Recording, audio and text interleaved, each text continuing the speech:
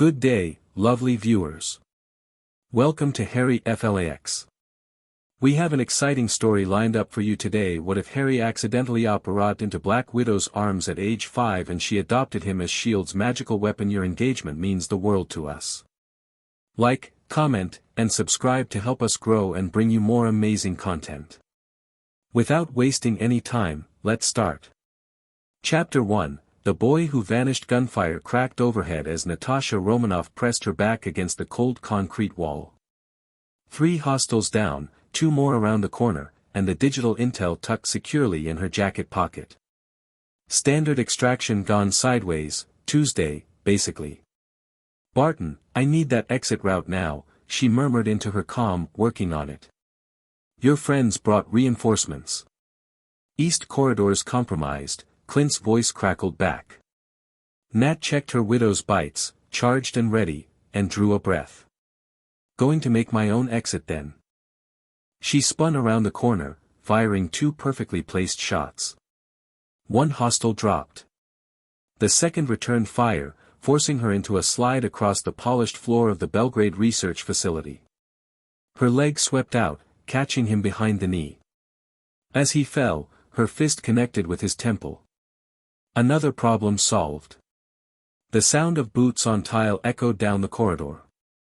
More company. Perfect.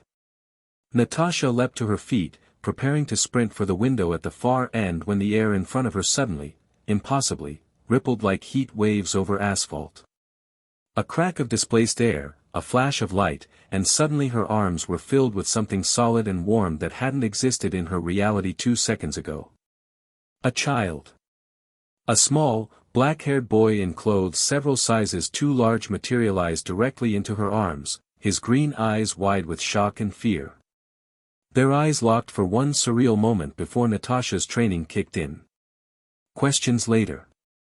Hold on, kid, she commanded, instinctively tightening her grip as she sprinted toward the window.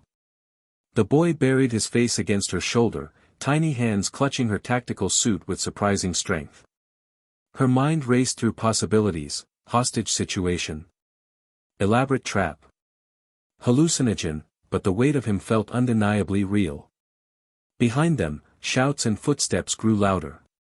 Barton, we have a complication, she breathed into her comm as she reached the window. Define complication, Clint replied. Natasha glanced down at the trembling boy in her arms. About 3 foot tall. Human. Appeared out of thin air. I'm bringing him out. Wait, what? Nat, she kicked out the window and leapt, twisting her body to protect the child as glass shattered around them. They dropped 3 stories, Natasha absorbing the impact with a practiced roll. The boy whimpered but didn't scream, somehow maintaining his death grip on her suit. It's okay, she found herself saying as she sprinted across the courtyard, ducking behind a maintenance shed as bullets pinged off metal nearby. I've got you. The child finally looked up at her, revealing a lightning-shaped scar on his forehead partially covered by messy black hair. His glasses were cracked and hanging crookedly from one ear. He couldn't be more than 5 years old. Who? He started in a British accent, his voice barely a whisper. Later, Natasha cut him off, adjusting him to her hip to free one hand. Can you hold on tight while I run? The boy nodded, eyes still wide but now showing a flicker of something else, hope. Good. Don't let go. She slipped her hand under his oversized shirt, securing him against her side before darting between shadows toward the extraction point. 3 more guards appeared from around a corner. Without breaking stride, Natasha fired her widow's bite, electricity crackling through the first man. She leapt, using the wall as leverage to drive her knee into the second guard's face while her free hand disarmed the third. Throughout it all, the boy clung to her like a lifeline, face pressed against her neck, surprisingly silent for a child in the middle of a firefight.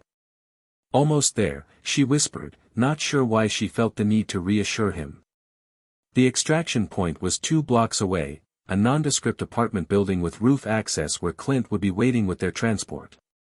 Natasha moved through back alleys, the weight of the child slowing her down just enough to notice. Barton, status? On the roof. Eastern Block apartment, as planned. You still have company? Affirmative. Fury's gonna love this. Worry about Fury later. She reached the building's rear entrance, picking the lock one-handed while keeping the boy secure against her side.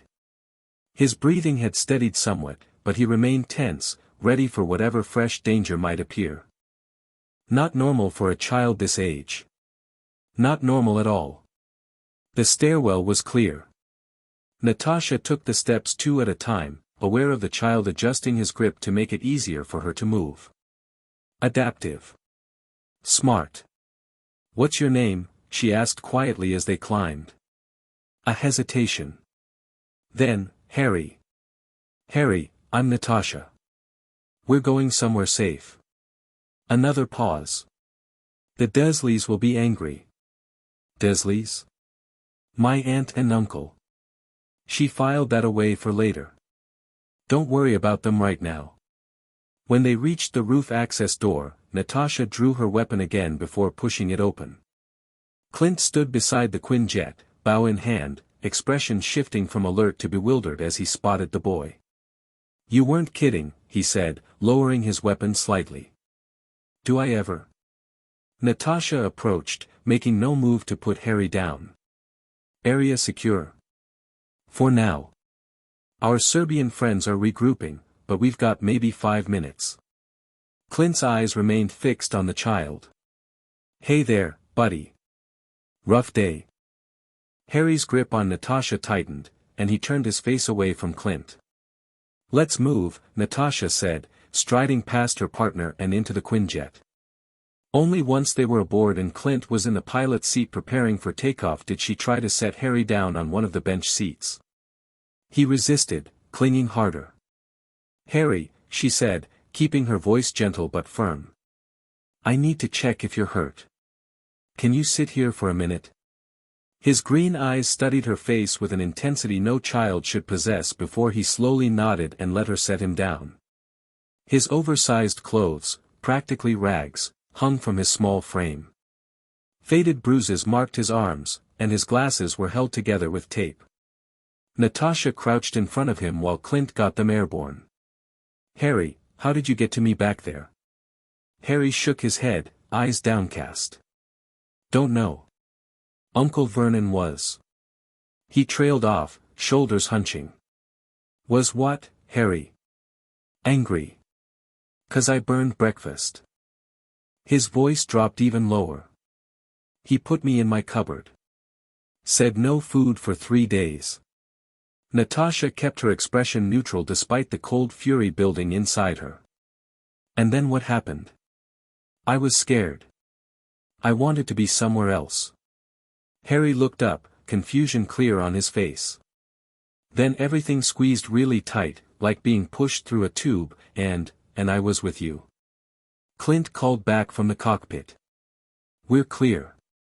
ETA to safe house is 40 minutes. Natasha nodded without taking her eyes off Harry. Harry, what you described, has anything like that happened before? Appearing somewhere else when you're scared? Harry's eyes widened in alarm. I'm not supposed to talk about the freakish stuff. The freakish stuff? Aunt Petunia says I'm a freak when strange things happen.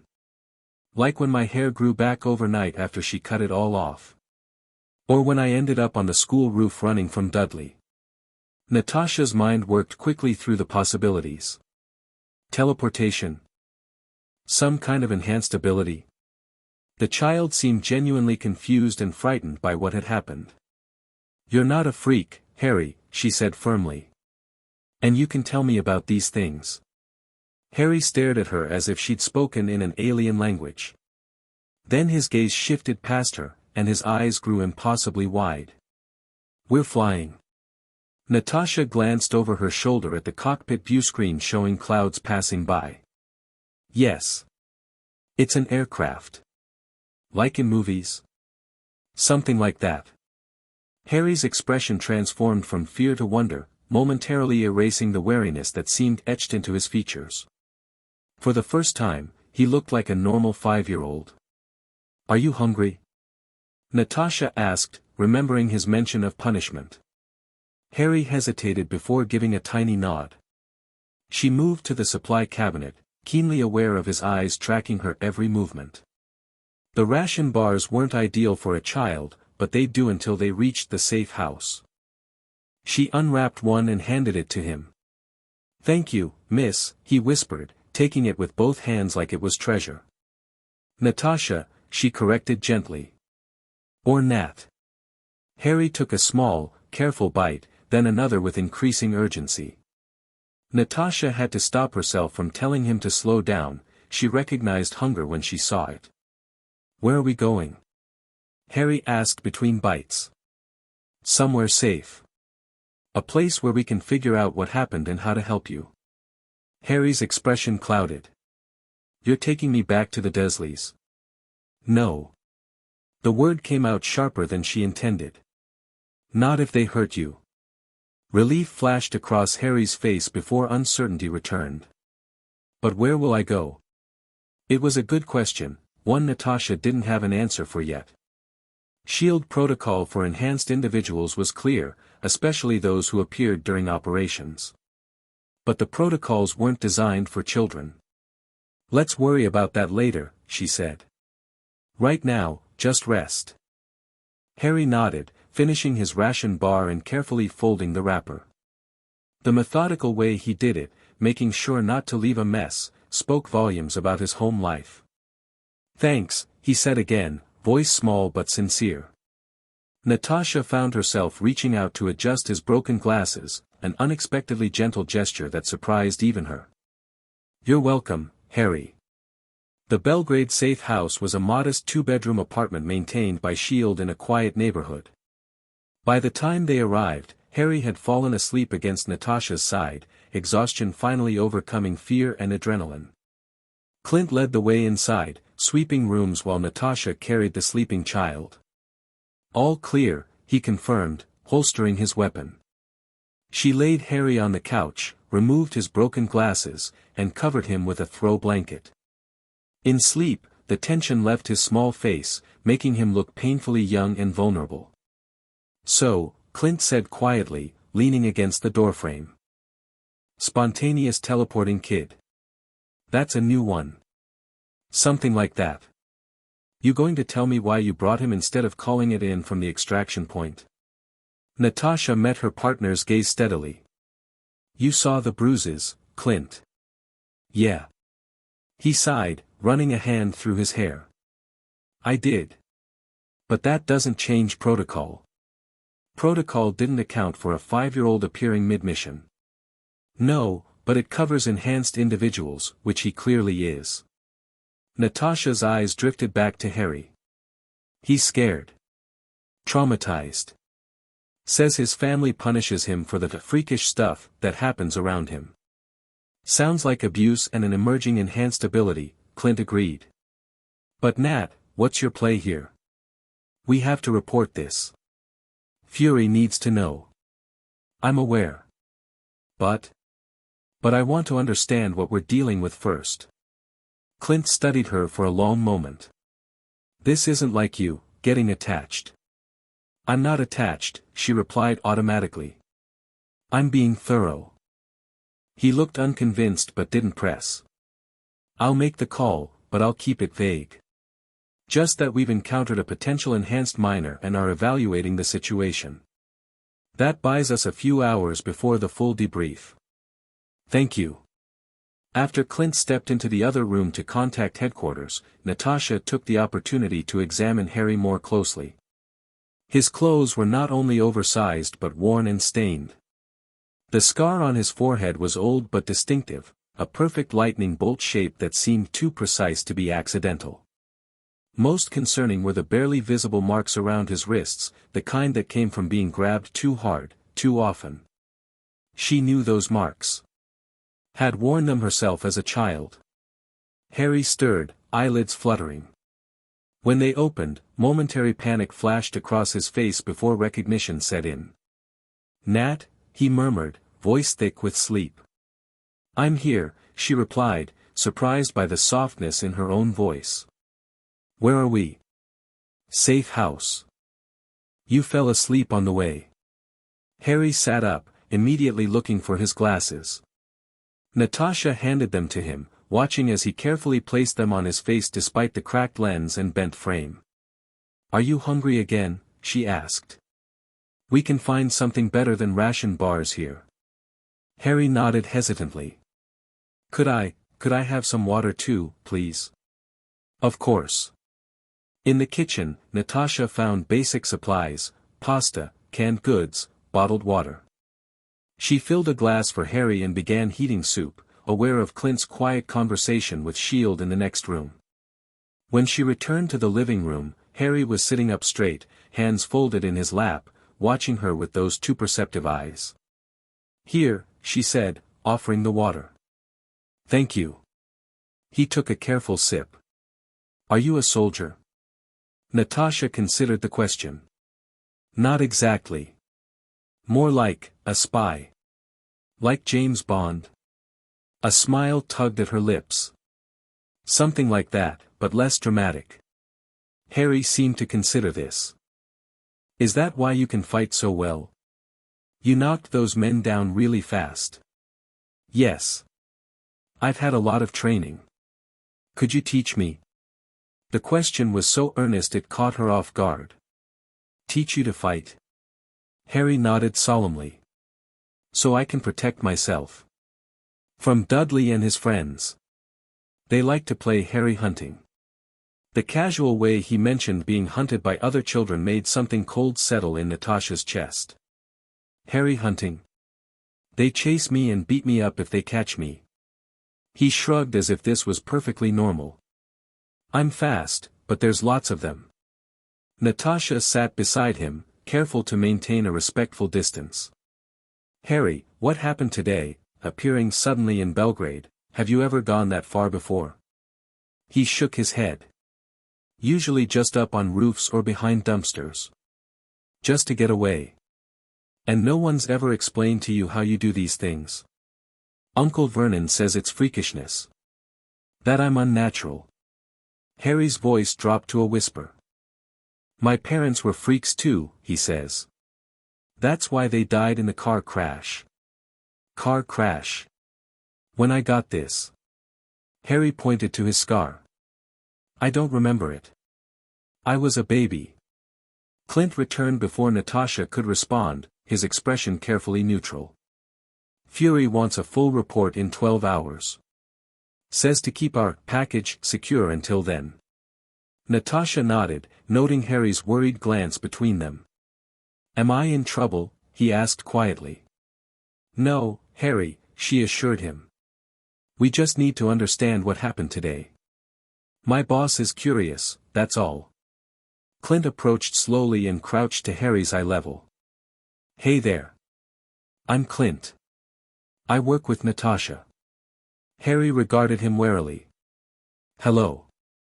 I heard you had quite an adventure today. Appearing out of nowhere like that? Pretty impressive. Harry's eyes widened in alarm. You're not mad about the freakish stuff? Clint's expression softened. It's not freakish, Harry. It's special. Different, maybe, but not in a bad way. Harry looked at Natasha for confirmation. She nodded. Clint's right. What you can do is unusual, but it doesn't make you a freak. The timer in the kitchen beeped, signaling the soup was ready. Natasha rose to get it while Clint continued talking with Harry. So you're from England, huh? I can tell from your accent. Surrey, Harry replied. Little whinging. Never been there. Any good? Harry shrugged. It's okay. The park is nice when Dudley's not there. Natasha returned with a bowl of soup and more water. Harry accepted it with a quiet, thank you, and began eating carefully, blowing on each spoonful. Nat says you can do some pretty cool things, Clint continued. Like teleporting. Teleporting? Moving instantly from one place to another. Like you did today. Harry considered this. I didn't know that's what it was called. I just wish really hard to be somewhere else when I'm scared. Has anyone else ever noticed you doing this? Natasha asked. Just the Dursleys. And once at school, but no one believed me when I said I didn't know how I got on the roof. What about your parents, Harry? Clint asked gently. You said they died when you were young. Harry nodded, eyes downcast. In a car crash. I was 1. That's when I went to live with Aunt Petunia and Uncle Vernon. Natasha and Clint exchanged looks. Something wasn't adding up. A child with unexplained abilities, parents who died mysteriously, relatives who called him a freak. There was more to Harry's story than a simple case of enhanced abilities. Harry, what else can you tell us about your parents? Natasha pressed. Not much. I'm not allowed to ask questions about them. Aunt Petunia says my mum was a freak like me. That she got herself blown up with my dad. Blown up? Clint echoed. I thought you said it was a car crash. Confusion crossed Harry's face. That's what Uncle Vernon always says. But Aunt Petunia said blown up once when she was really angry. Before they could pursue this line of questioning, the lights in the apartment flickered. Then the glass of water beside Harry began to vibrate, ripples forming on the surface. What's happening? Clint asked, hand moving to his weapon. Natasha looked at Harry, whose eyes had grown wide with fear. Harry, is this you? I'm sorry, he cried, backing away from them on the couch. I'm not doing it on purpose. Please don't be angry. The lights flickered more violently. A picture frame on the wall rattled then crashed to the floor, glass shattering. Harry, it's okay, Natasha said, keeping her voice calm despite the escalating situation. We're not angry. But I need you to try to calm down. I can't stop it. Tears welled in Harry's eyes. When I get scared, things happen. Natasha moved closer, ignoring Clint's warning look. She knelt in front of Harry, placing her hands gently on his shoulders. Harry, look at me. Just at me. His green eyes, filled with terror, locked onto hers. Breathe with me. In through your nose, out through your mouth. She demonstrated, exaggerating the motion. Like this. Harry tried to follow, his breath hitching. Good. Again. In, and out. Gradually, his breathing steadied. The light stabilized. The vibrating objects around the room grew still. That's it, Natasha encouraged. You're doing great. Harry's small body sagged with exhaustion. I'm sorry, he whispered again. Nothing to be sorry for, she assured him, surprised to find she meant it. Whatever's happening, we'll figure it out together. Clint watched the exchange with a mixture of concern and wonder. I've never seen anything quite like that, he admitted quietly. It's not typical for enhanced individuals. No, Natasha agreed. It's not. Harry wiped his eyes with the back of his hand. Am I in trouble now? No, Harry. But I think you need to rest. You've had a very long day. Will you send me back to the Dursleys while I'm sleeping? The fear in his voice was palpable. Natasha shook her head. No. I promise you'll stay with us until we figure things out. This seemed to satisfy him. The tension in his small shoulders eased slightly. Can I show you something? Natasha asked, struck by a sudden impulse. Harry nodded curiously. She extended her wrist, revealing her widow's bites. This is how I protect myself. With tools and training. Everyone has different ways of being strong. Harry leaned forward, examining the device with interest. Your ability to move from place to place, that's your strength, she continued. It's not freakish. It's part of who you are. But I can't control it. Not yet. But you could learn. Hope flickered in his eyes. Really? Really? Remember how you just calmed yourself down? That's the first step. Harry seemed to consider this deeply, then nodded with surprising determination for a 5-year-old. I want to learn. Then we'll help you, Natasha found herself promising, ignoring Clint's raised eyebrow. After finishing his soup, Harry's eyelids began to droop again. Natasha led him to one of the bedrooms, where he climbed onto the bed without removing his tattered clothes or shoes. Would you like something more comfortable to sleep in? She asked. Harry shook his head. I'm okay. The casual acceptance of discomfort bothered her more than it should. Wait here. She returned with one of her smaller t-shirts. It'll be big on you, but better than sleeping in those clothes. Harry accepted the shirt with wide-eyed wonder, as if he'd been given something precious. Thank you, Nat. You're welcome. Bathroom's through there if you need it. I'll be in the living room if you need anything else. Harry changed quickly, the t-shirt hanging to his knees. He placed his glasses carefully on the bedside table before climbing under the covers. Nat, he called as she turned to leave. Yes. Will you be here when I wake up? The vulnerability in the question struck her unexpectedly. Yes, Harry. I'll be here. He nodded, seeming satisfied, and closed his eyes. Within minutes, his breathing had evened out into sleep. Natasha stood watching him for longer than she'd care to admit before rejoining Clint in the living room. So, Clint said, leaning forward with his elbows on his knees. Want to tell me what's really going on here? What do you mean? I've known you for years, Nat. I've never seen you like this with anyone, let alone a kid. Natasha sank into the armchair opposite him. He appeared in my arms during a firefight, Clint. What was I supposed to do?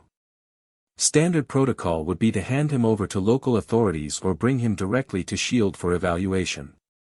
He's 5 years old and obviously abused. You saw how he reacted to the idea of going back to his relatives. Clint studied her carefully. It's more than that. You're connecting with him. Natasha didn't immediately deny it, which surprised them both. There's something about him, she admitted finally. Something familiar. The Red Room, Clint guessed quietly. She nodded once, sharply. He has the same look I see in old photographs. A child who's learned to be invisible, to anticipate punishments, to survive. Nat, I know what Fury will want. To study him, weaponize his abilities, turn him into an asset. And you don't want that for him. It wasn't a question, but Natasha answered anyway. No. Clint sighed, running a hand through his hair. You know this complicates things. Everything about this situation is complicated. A child appearing out of nowhere with unexplained abilities. Relatives who call him a freak. Parents who supposedly died in a car crash but were actually blown up. None of it adds up. No, it doesn't, Clint agreed. So what's your plan? Natasha was silent for a moment. I want to understand what we're dealing with before Fury steps in. If Harry's abilities are what I think they are, he's more than just another enhanced individual. And if Fury orders him brought in? Then we follow orders, she said, the words feeling hollow even as she spoke them. But not before we have all the facts. Clint nodded slowly. All right. But Nat? Be careful. Not just with S.H.I.E.L.D., but with yourself. Getting attached to assets, he's not an asset, she cut in sharply. He's a child. The words hung between them, heavy with implication. Natasha Romanoff, the Black Widow, defender of a lost boy. It was so far outside her operational parameters that she hardly recognized herself. Get some rest, Clint said finally. I'll take first watch. Natasha nodded, rising from her seat. Before heading to the second bedroom, she paused at Harry's door, cracking it open to check on him. He slept peacefully, one small hand curled against his cheek, the other clutching the blanket. Something twisted in Natasha's chest, an unfamiliar protective instinct that should have alarmed her professional sensibilities but somehow didn't. Whatever happened next, one thing was becoming clear: this child had just changed everything. 12 hours later, Natasha stood in the safe house kitchen making toast while Harry sat at the small table drawing with pencils and paper Clint had found in a desk drawer. The domesticity of the scene was surreal, the Black Widow preparing breakfast for a 5-year-old who occasionally made objects float when he concentrated too hard. They'd discovered that particular ability when Harry had wanted his glass of water but couldn't reach it. Instead of asking for help, he'd stared intently until the glass wobbled across the counter toward him. It had crashed to the floor when Clint startled him by entering the room, but the implications were clear: Harry's abilities extended beyond teleportation. "What are you drawing?" Natasha asked, placing toast and fruit in front of him. Harry pushed the paper toward her. It showed a crude but recognizable Quinjet with 3 stick figures inside, one with red hair, one with a bow, and a small one with round glasses. "That's us," Harry explained unnecessarily. "Flying." "It's good," Natasha said, genuinely impressed by the detail from a 5-year-old. "You like drawing?" Harry nodded. "Sometimes at school, when Dudley leaves me alone." He took a bite of toast. "Will I go to school here?"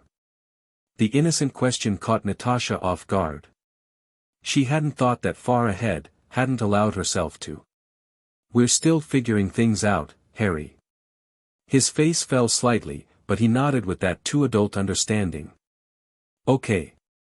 Clint entered, phone in hand. "Fury wants to talk." "Now." Natasha nodded, turning to Harry. "Harry, I need to speak with my boss." "Clint will stay with you, okay?" Harry glanced at Clint, still somewhat wary of him, but nodded. In the bedroom, Natasha activated the secure line. Nick Fury's face appeared on the screen, his single eye narrowed in what might have been concern or suspicion. "Romanoff," he greeted tersely. "Barton says you've acquired an enhanced minor. Want to explain how that happened?" Natasha gave him the facts: Harry's sudden appearance, his demonstrated abilities, the signs of abuse, keeping her report professional and detached. Fury listened without interruption until she finished. "And you're sure he teleported?" "No other explanation." "None that makes sense." "He appeared mid-air directly in front of me. If I hadn't caught him, he would have fallen." "And the other abilities?" "Moving objects without touching them.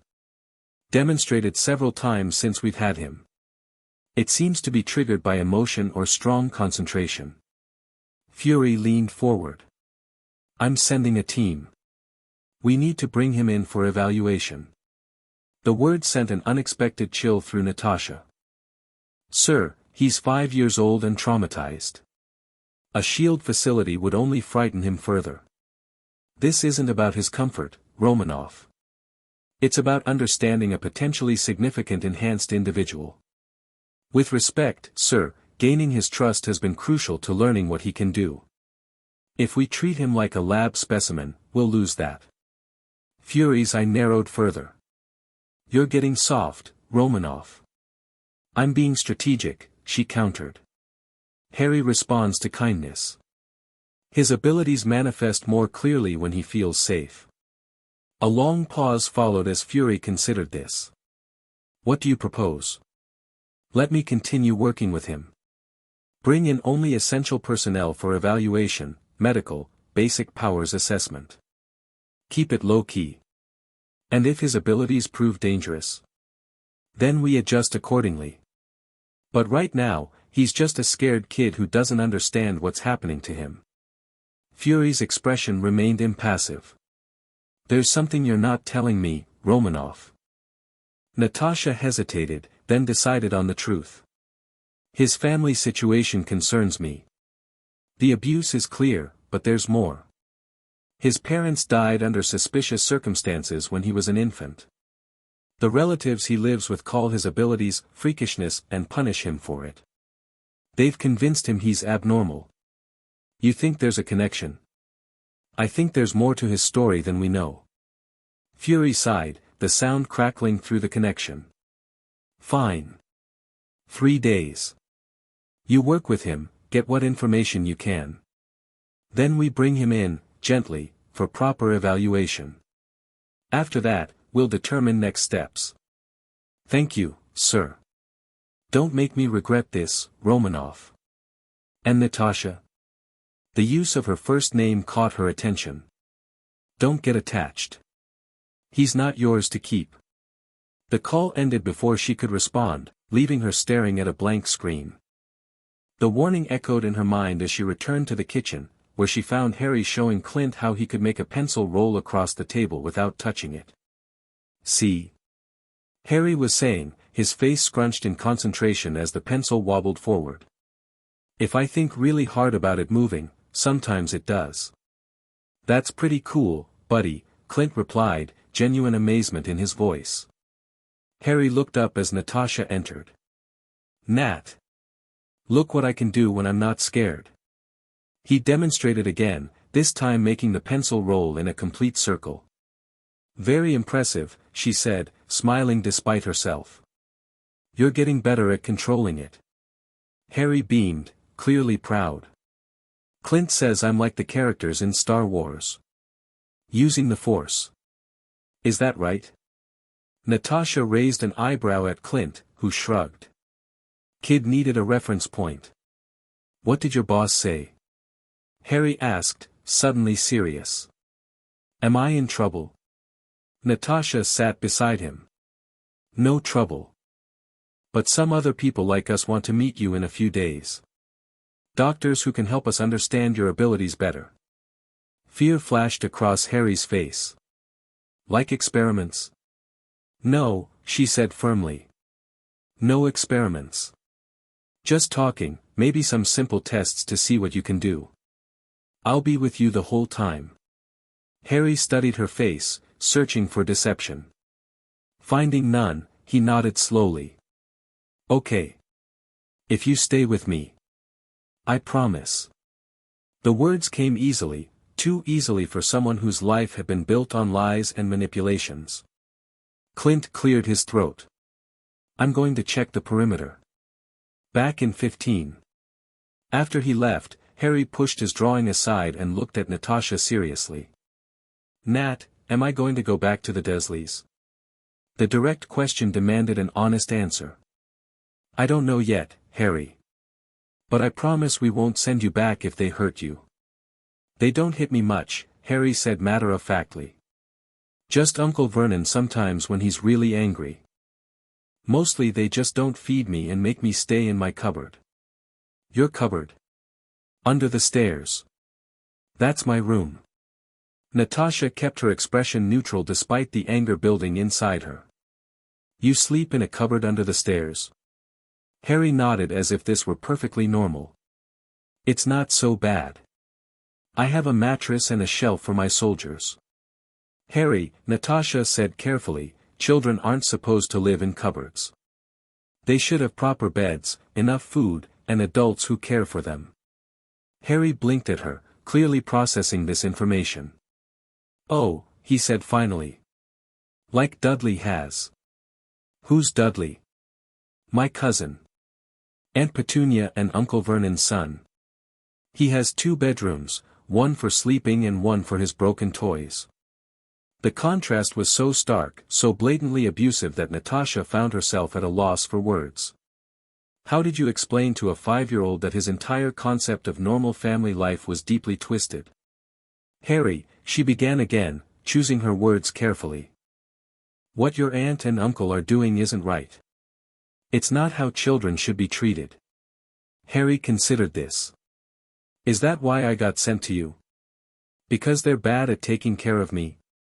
The innocent question struck Natasha hard. I don't think you were sent to me, exactly. It was your ability, teleporting when you were scared. But. She paused, surprised by what she was about to say. But maybe it happened for a reason. Harry nodded solemnly, accepting this explanation with the simple faith of a child.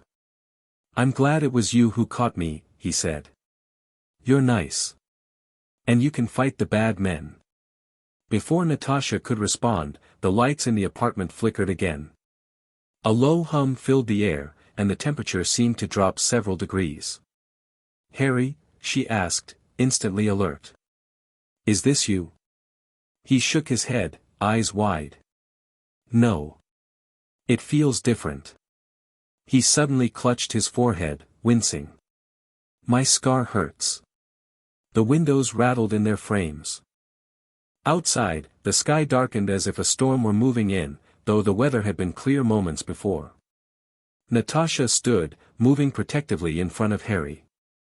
"Stay behind me." The front door burst open, and Clint rushed in, bow drawn. "We've got company," he announced grimly. "And they're not S.H.I.E.L.D." Before Natasha could ask for clarification, the lights went out completely. In the sudden darkness, a voice spoke, cultured, British, and completely unfamiliar. "My apologies for the dramatic entrance, but time is of the essence. I believe you have something that belongs to our world." A tall figure stepped into the doorway, illuminated by a soft glow emanating from what appeared to be a wooden stick in his hand. He wore flowing robes of midnight blue and had a long silver beard that reached his waist. Half-moon spectacles perched on a crooked nose, behind which sharp blue eyes surveyed the room before settling on Harry. "Ah," the old man said softly. "There you are, Harry Potter. You've given us quite the scare." Harry pressed closer to Natasha's side, trembling slightly. "Who are you?" he whispered. The old man smiled kindly. "My name is Albus Dumbledore. I've been looking for you for quite some time." Natasha's hand moved to her weapon. "Step back," she warned. "The boy is under my protection." Dumbledore regarded her with interest rather than concern. "A formidable guardian you found, Harry. But I assure you, I mean no harm." He turned his attention back to Natasha. "I merely wish to ensure Harry's safety and return him to where he belongs." "He's not going back to those abusive relatives," Natasha stated flatly. Surprise flickered across Dumbledore's face. "Abusive? The Dursleys?" He frowned. "I was assured they would care for him properly." "Well, they didn't," Clint interjected, bow still trained on the intruder. "The kid lives in a cupboard under the stairs." Dumbledore's expression darkened momentarily before he composed himself. "I see. That is most disturbing news. However, there are complicated reasons why Harry must return to his mother's blood relatives. Protections that keep him safe from those who would do him great harm." Harry found his voice. "You knew my mother?" "Indeed I did, dear boy. Both your parents were exceptional students at my school." "School?" Harry's grip on Natasha's hand loosened slightly. "What school?" Dumbledore's eyes twinkled. "Hogwarts School of Witchcraft and Wizardry. Where your parents learn to use their magic, just as you will, when you're older." "Magic?" Harry whispered. "That's what it is." "Of course." Dumbledore seemed surprised by the question. "Surely your aunt explained. About your parents? About what you are?" Harry shook his head.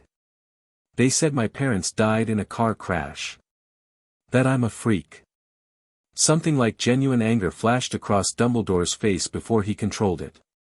"I see. It seems I have made a grave error in judgment." He turned to Natasha. "May I have a moment to explain the situation? I believe we share a common goal, Harry's welfare." Natasha exchanged looks with Clint, who shrugged slightly but didn't lower his weapon. "Start talking," she said. "But make one move toward Harry, and this conversation ends permanently."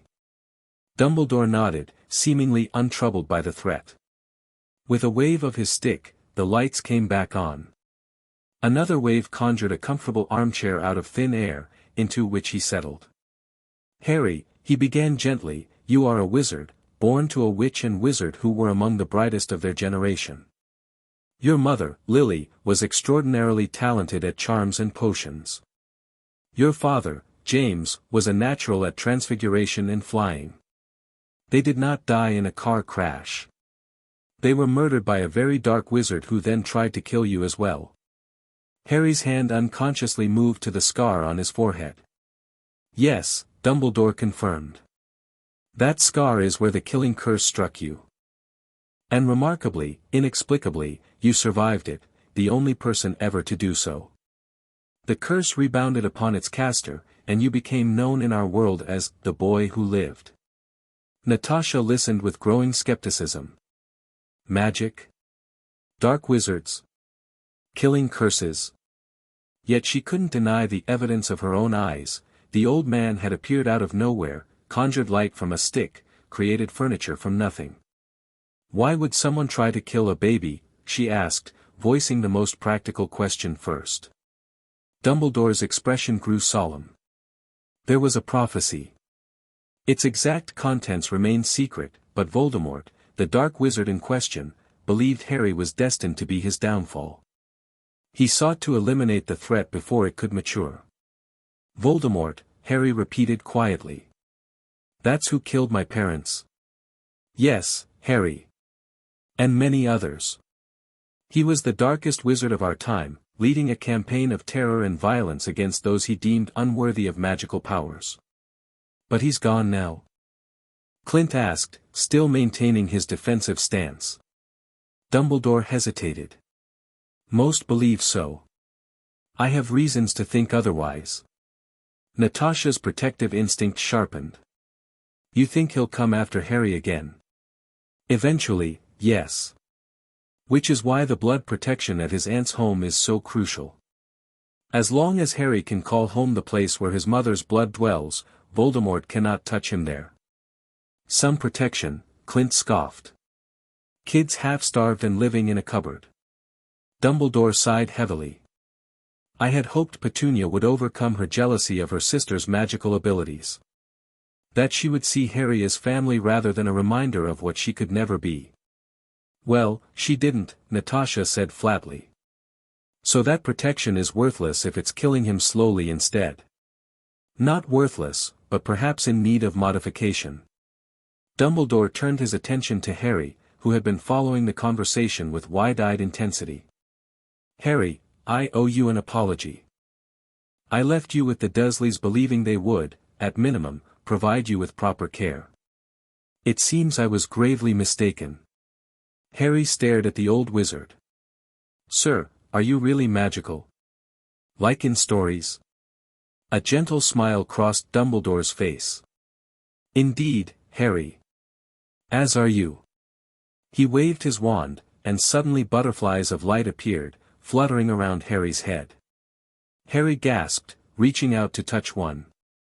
It landed on his finger, wings pulsing with soft blue light before dissolving into sparkles. It's beautiful, he whispered. Magic often is, Dumbledore agreed. And you have already shown remarkable ability, even without training. Apparition, teleporting, as your friends called it, is typically not achieved until much older. Most adult wizards find it difficult. Pride flickered across Harry's face before uncertainty returned. But what happens now? Do I have to go back to the Dursleys? Dumbledore glanced at Natasha, who stared back impassively. That is a complicated question, Harry. The blood protection is powerful magic. However, he continued, raising a hand to forestall Natasha's objection, perhaps there are alternatives worth exploring. Such as? Clint asked. There are other magical families who would gladly take Harry in. The Weasleys, for instance, have children around his age and are among the most trustworthy families in our world. No, Natasha said firmly. Harry stays with me. The word surprised even her. Dumbledore's eyebrows rose above his half-moon spectacles. I see.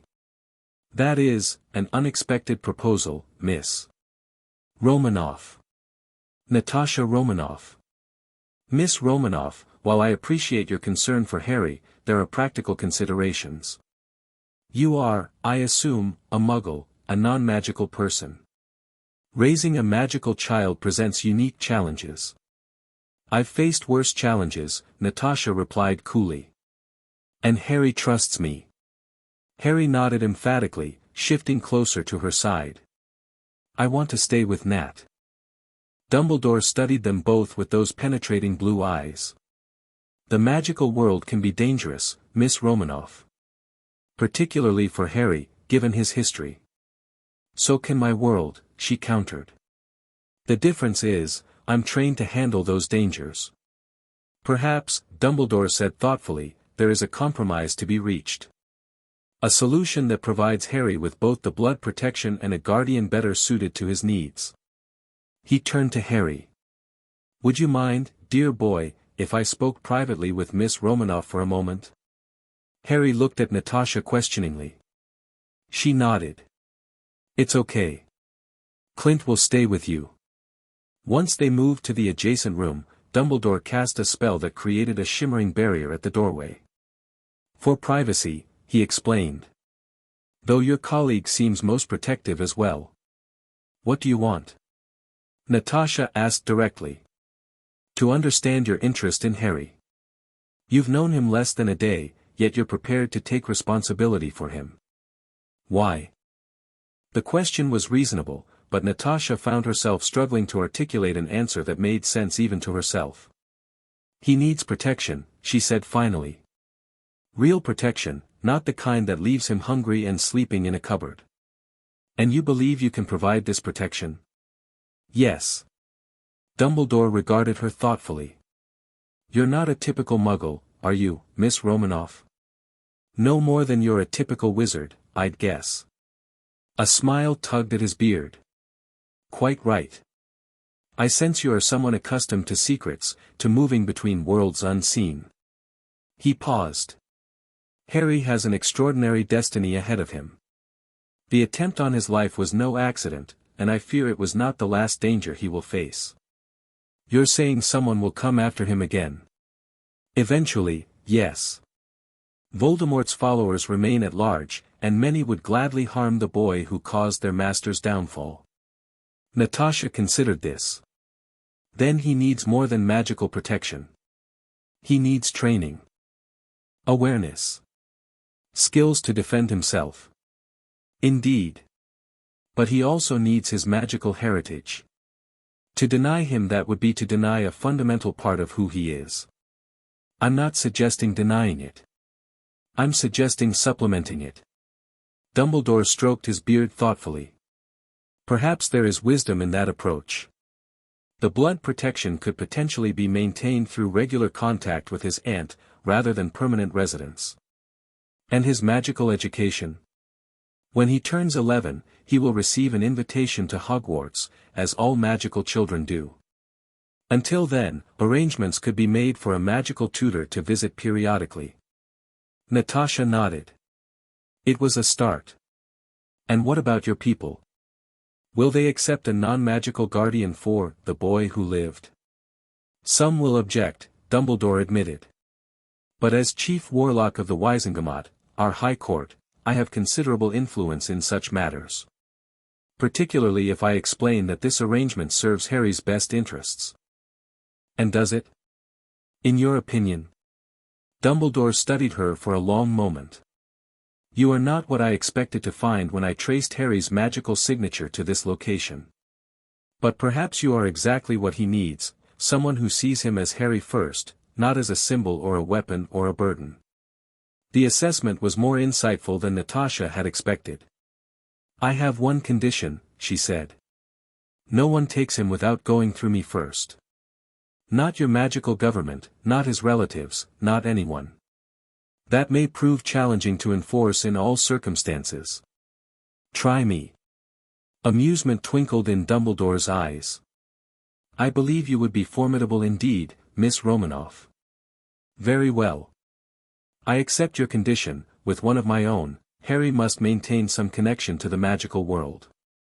His heritage is not just his parents' legacy but his birthright.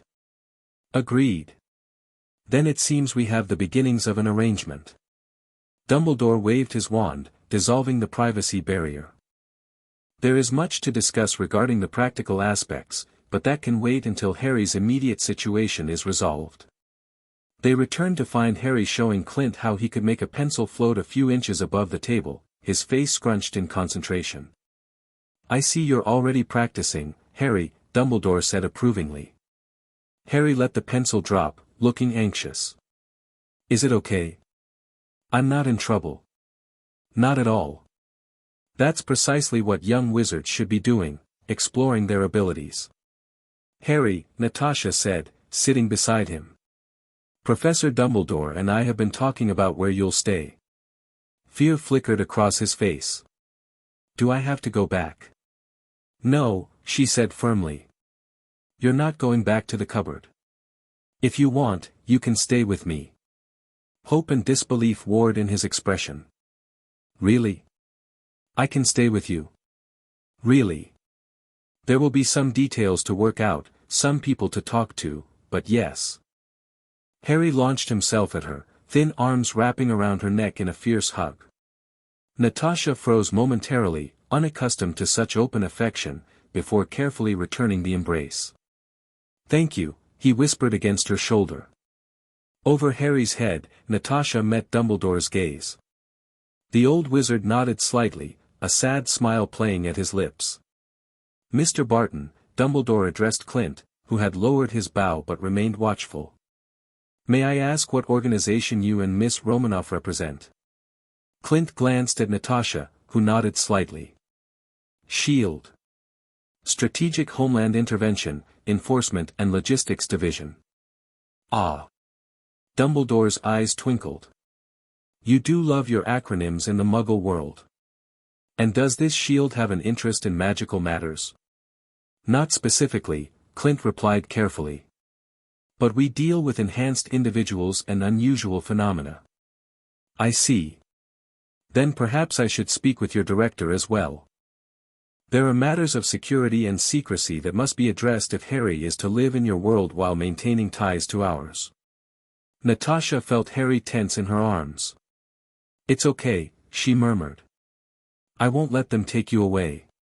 He nodded against her shoulder, still clinging tightly. "Perhaps," Dumbledore suggested gently, "Harry might like to learn a simple spell while we adults discuss these administrative details." Harry pulled back, interest piqued. "A real spell? With a wand?" "A very small one," Dumbledore qualified. "And with my wand, temporarily. Would that be agreeable, Miss Romanoff?" Natasha hesitated, then nodded. "As long as Clint stays with him." "Of course. Mr. Barton, if you would." Dumbledore produced a second wand from his robes. This was a spare belonging to a colleague. "It won't work perfectly for Harry, but it should suffice for simple illumination." Clint accepted the wand cautiously. "What exactly are we doing here?" "Teaching Harry the most basic spell every young wizard learns, how to create light." Dumbledore turned to Harry. "The incantation is Lumos. The wand movement is a simple tap. Would you like to try?"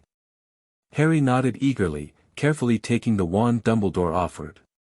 "Excellent. Mr. Barton will supervise while Miss Romanoff and I speak with your director. Remember, Lumos to create light, Nox to extinguish it." As Dumbledore guided Natasha to the secure communications room, she glanced back to see Harry waving the wand tentatively, his face a picture of concentration. Something warm and unfamiliar bloomed in her chest at the sight. "He will be extraordinary, you know," Dumbledore said quietly.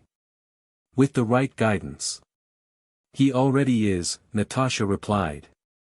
The old wizard smiled. "Indeed. Now, shall we face this Director Fury together? I suspect he will have many questions about the world Harry belongs to, and about the new guardian who has appointed herself his protector."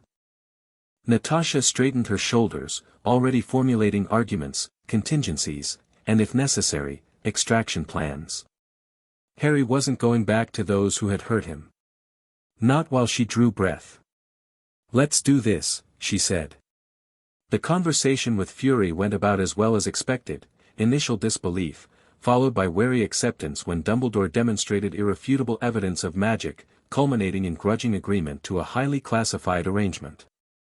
Harry would remain under SHIELD supervision, specifically Natasha's, while maintaining contact with the magical world through tutors Dumbledore would arrange. The Dursleys would be dealt with separately, with magical enforcement ensuring they kept Harry's existence secret while never again having direct guardianship of him. The blood protection required Harry to visit Privet Drive briefly once a year, a compromise Natasha accepted reluctantly after Dumbledore explained the powerful magic that had saved Harry as a baby. 3 hours of negotiations later, Natasha returned to find Harry sound asleep on the couch, the borrowed wand clutched in his hand, a soft glow still emanating from its tip. Clint sat nearby, watching over him with a thoughtful expression. "Kid's a natural," he said quietly as Natasha approached. "Got that light spell working on the 3rd try. Dumbledore said most kids take a few days." Natasha gently removed the wand from Harry's grasp, murmuring "Nox" as Dumbledore had taught her. The light extinguished immediately. "What now?" Clint asked, nodding toward Harry. "Now we take him home," Natasha replied. "My apartment in New York. Furies arranged a secure transport. And then? Then we figure it out. Day by day." Clint studied her face. "You know this changes everything, right? For you. For S.H.I.E.L.D. "I know. And you're sure?" Natasha looked down at the sleeping child, his messy black hair falling across his forehead, partially obscuring the lightning scar that marked him as someone extraordinary. She thought of the Red Room, of children shaped into weapons without choice or compassion. Of her own childhood, stolen by those who saw her only as an asset to be weaponized. "I'm sure," she said simply. Clint nodded, accepting her decision with the same quiet understanding he'd shown years ago when he'd made a different call about her own fate.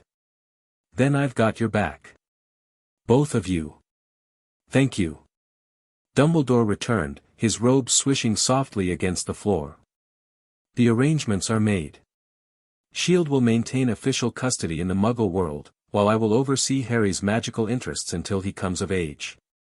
A unique arrangement, but then, Harry is a unique child. What about his magical education before Hogwarts?" Natasha asked. "I've contacted a trustworthy wizard who lives discreetly in the Muggle world. Remus Lupin was a close friend of James Potter and is well versed in both magical and Muggle customs. He can visit weekly to teach Harry the basics of magical theory and controlled practice." "Is he safe?" Dumbledore's eyes twinkled. "My dear Miss Romanoff, I believe you would find very few wizards who meet your definition of safe. But yes, Remus would die before harming James and Lily's son." Natasha accepted this with a nod. "When do we leave?" "Your director has arranged transport within the hour. I have taken the liberty of creating magical protections around your New York residence. They will alert me should any magical threat approach." "And the Dursleys?" A shadow crossed Dumbledore's face. "They will be dealt with appropriately. Not harmed," he added, noting Natasha's expression, "but made to understand the gravity of their failure. The blood protection requires they remain Harry's relatives of record, but nothing more." "Good." Dumbledore studied her for a long moment. "You are taking on a significant responsibility, Miss Romanoff. Not just a child, but a child with a complicated destiny and powerful enemies." "I'm aware. I believe you are. And perhaps that is why you appeared in his life at this precise moment." He glanced at Harry, a fond smile beneath his silver beard. "Magic works in mysterious ways, even to those of us who have studied it for a century." Before Natasha could respond, Harry stirred, his eyes blinking open. "Nat," he called sleepily. She moved to his side. "I'm here. Did I do the spell right?" "You did great. Clint says you're a natural." Harry smiled drowsily. "Are you still going to be my? He hesitated, uncertain what word to use. "Guardian," Natasha supplied. "And yes, that's all arranged. You're coming home with me. Not back to the Dursleys." "No. Just to visit once a year, very briefly. To keep the protection your mother left you." Harry seemed to accept this. Will I learn more magic? Yes. Professor Dumbledore has arranged for someone to teach you. And when you're 11, you'll go to Hogwarts, the magical school. But I'll still live with you. The vulnerability in the question squeezed something in Natasha's chest. Yes, Harry. You'll still live with me. This is just the beginning, okay? Harry nodded, relief evident in his small face. Okay. As they prepared to leave the safe house, gathering the few belongings Harry had acquired in his brief time with them, Natasha found herself watching the child who had literally appeared out of nowhere into her arms. He moved with the cautious efficiency of someone used to making himself useful and unobtrusive, a trait she recognized from her own training. But there was something else there too, now. A spark of wonder as he experimentally tried to float a pencil again. A flash of trust as he looked to her for approval. The beginnings of a child allowed to be a child, perhaps for the first time. Natasha Romanoff, the Black Widow, had been remade many times throughout her life. Shaped and reshaped by handlers, by S.H.I.E.L.D., by her own determination to reclaim some fragment of her humanity from those who had tried to strip it away. Now, watching Harry carefully fold the drawing he'd made of them flying together, she felt another transformation beginning, one she had never anticipated but suddenly couldn't imagine refusing. "Ready?" she asked, extending her hand. Harry took it without hesitation, his small fingers wrapping around hers. "Ready." As they walked out together into the uncertain future, Natasha made a silent promise, not just to protect this child, but to give him what she had never had, a choice. A chance to be more than a weapon. A path to become whatever he chose, not what others had decided he should be. The boy who lived and the Black Widow, an unlikely pair, but perhaps exactly what each of them needed. Chapter 2, The Spider's Web. The blade whistled through the air, missing Harry's ear by millimeters. He dropped and rolled, exactly as he'd been taught, coming up in a defensive crouch. "Good," Nat said, circling him on the training mat. "But your eyes gave away your move before you made it." Harry nodded, adjusting his stance.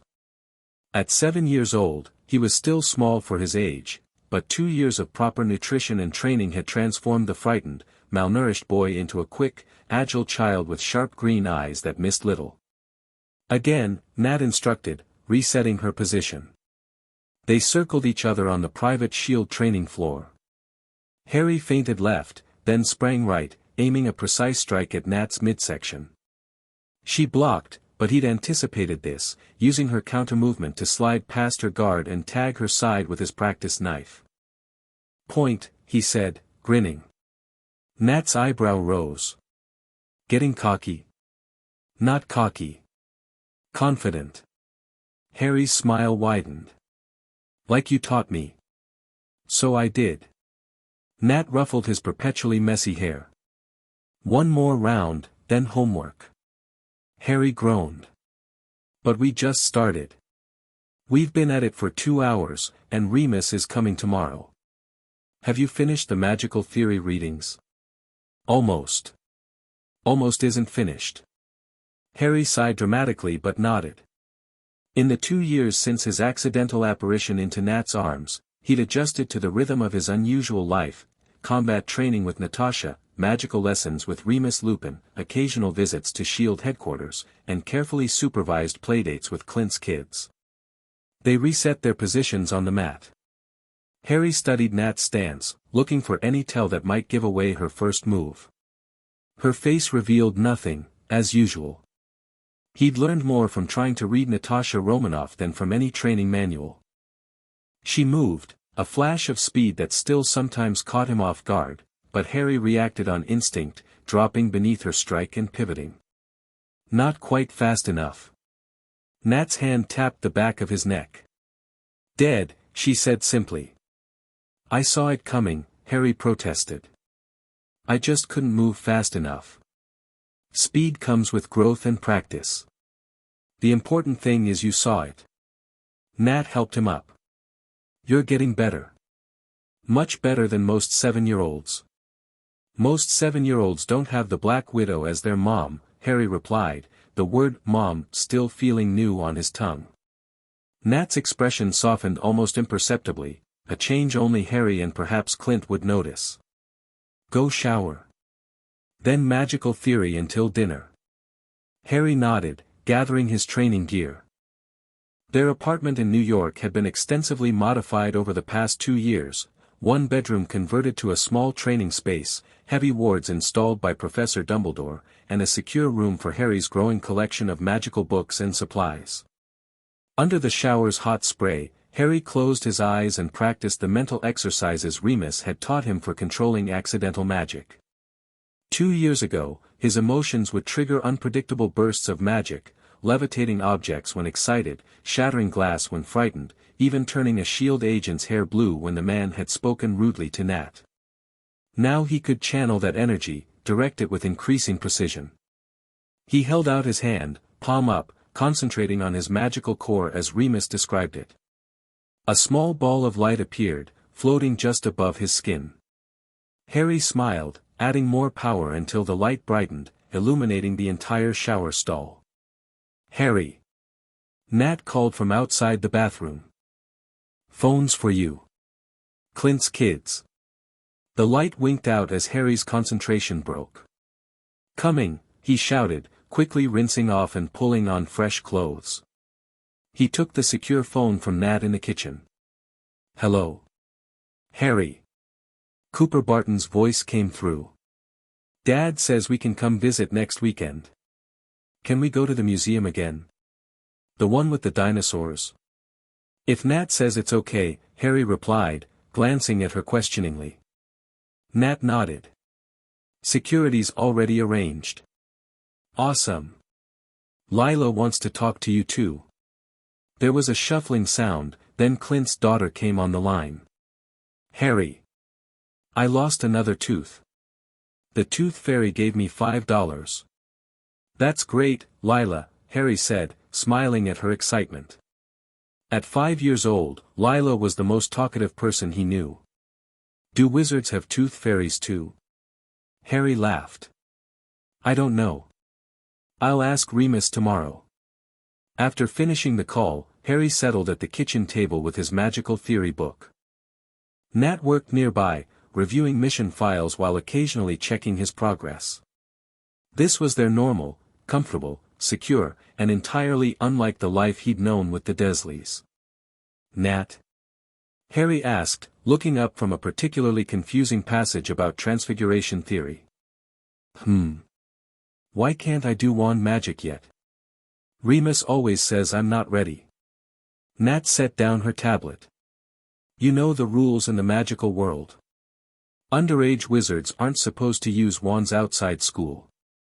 But I've used Remus's wand for practice sometimes. And I can do wandless magic already.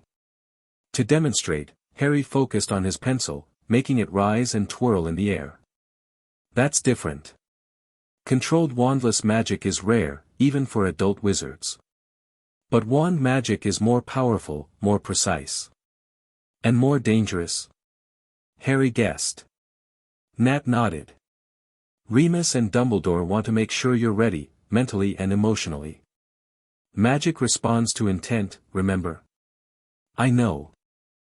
Harry sighed, letting the pencil drop. I just want to learn everything now. Patience. You have time. Nat studied him for a moment. What's really bothering you? Harry hesitated. Nat always saw through him. Cooper's starting a new sport. Baseball. And Lila's taking ballet. They have normal things they're learning. And you're learning combat techniques and magic.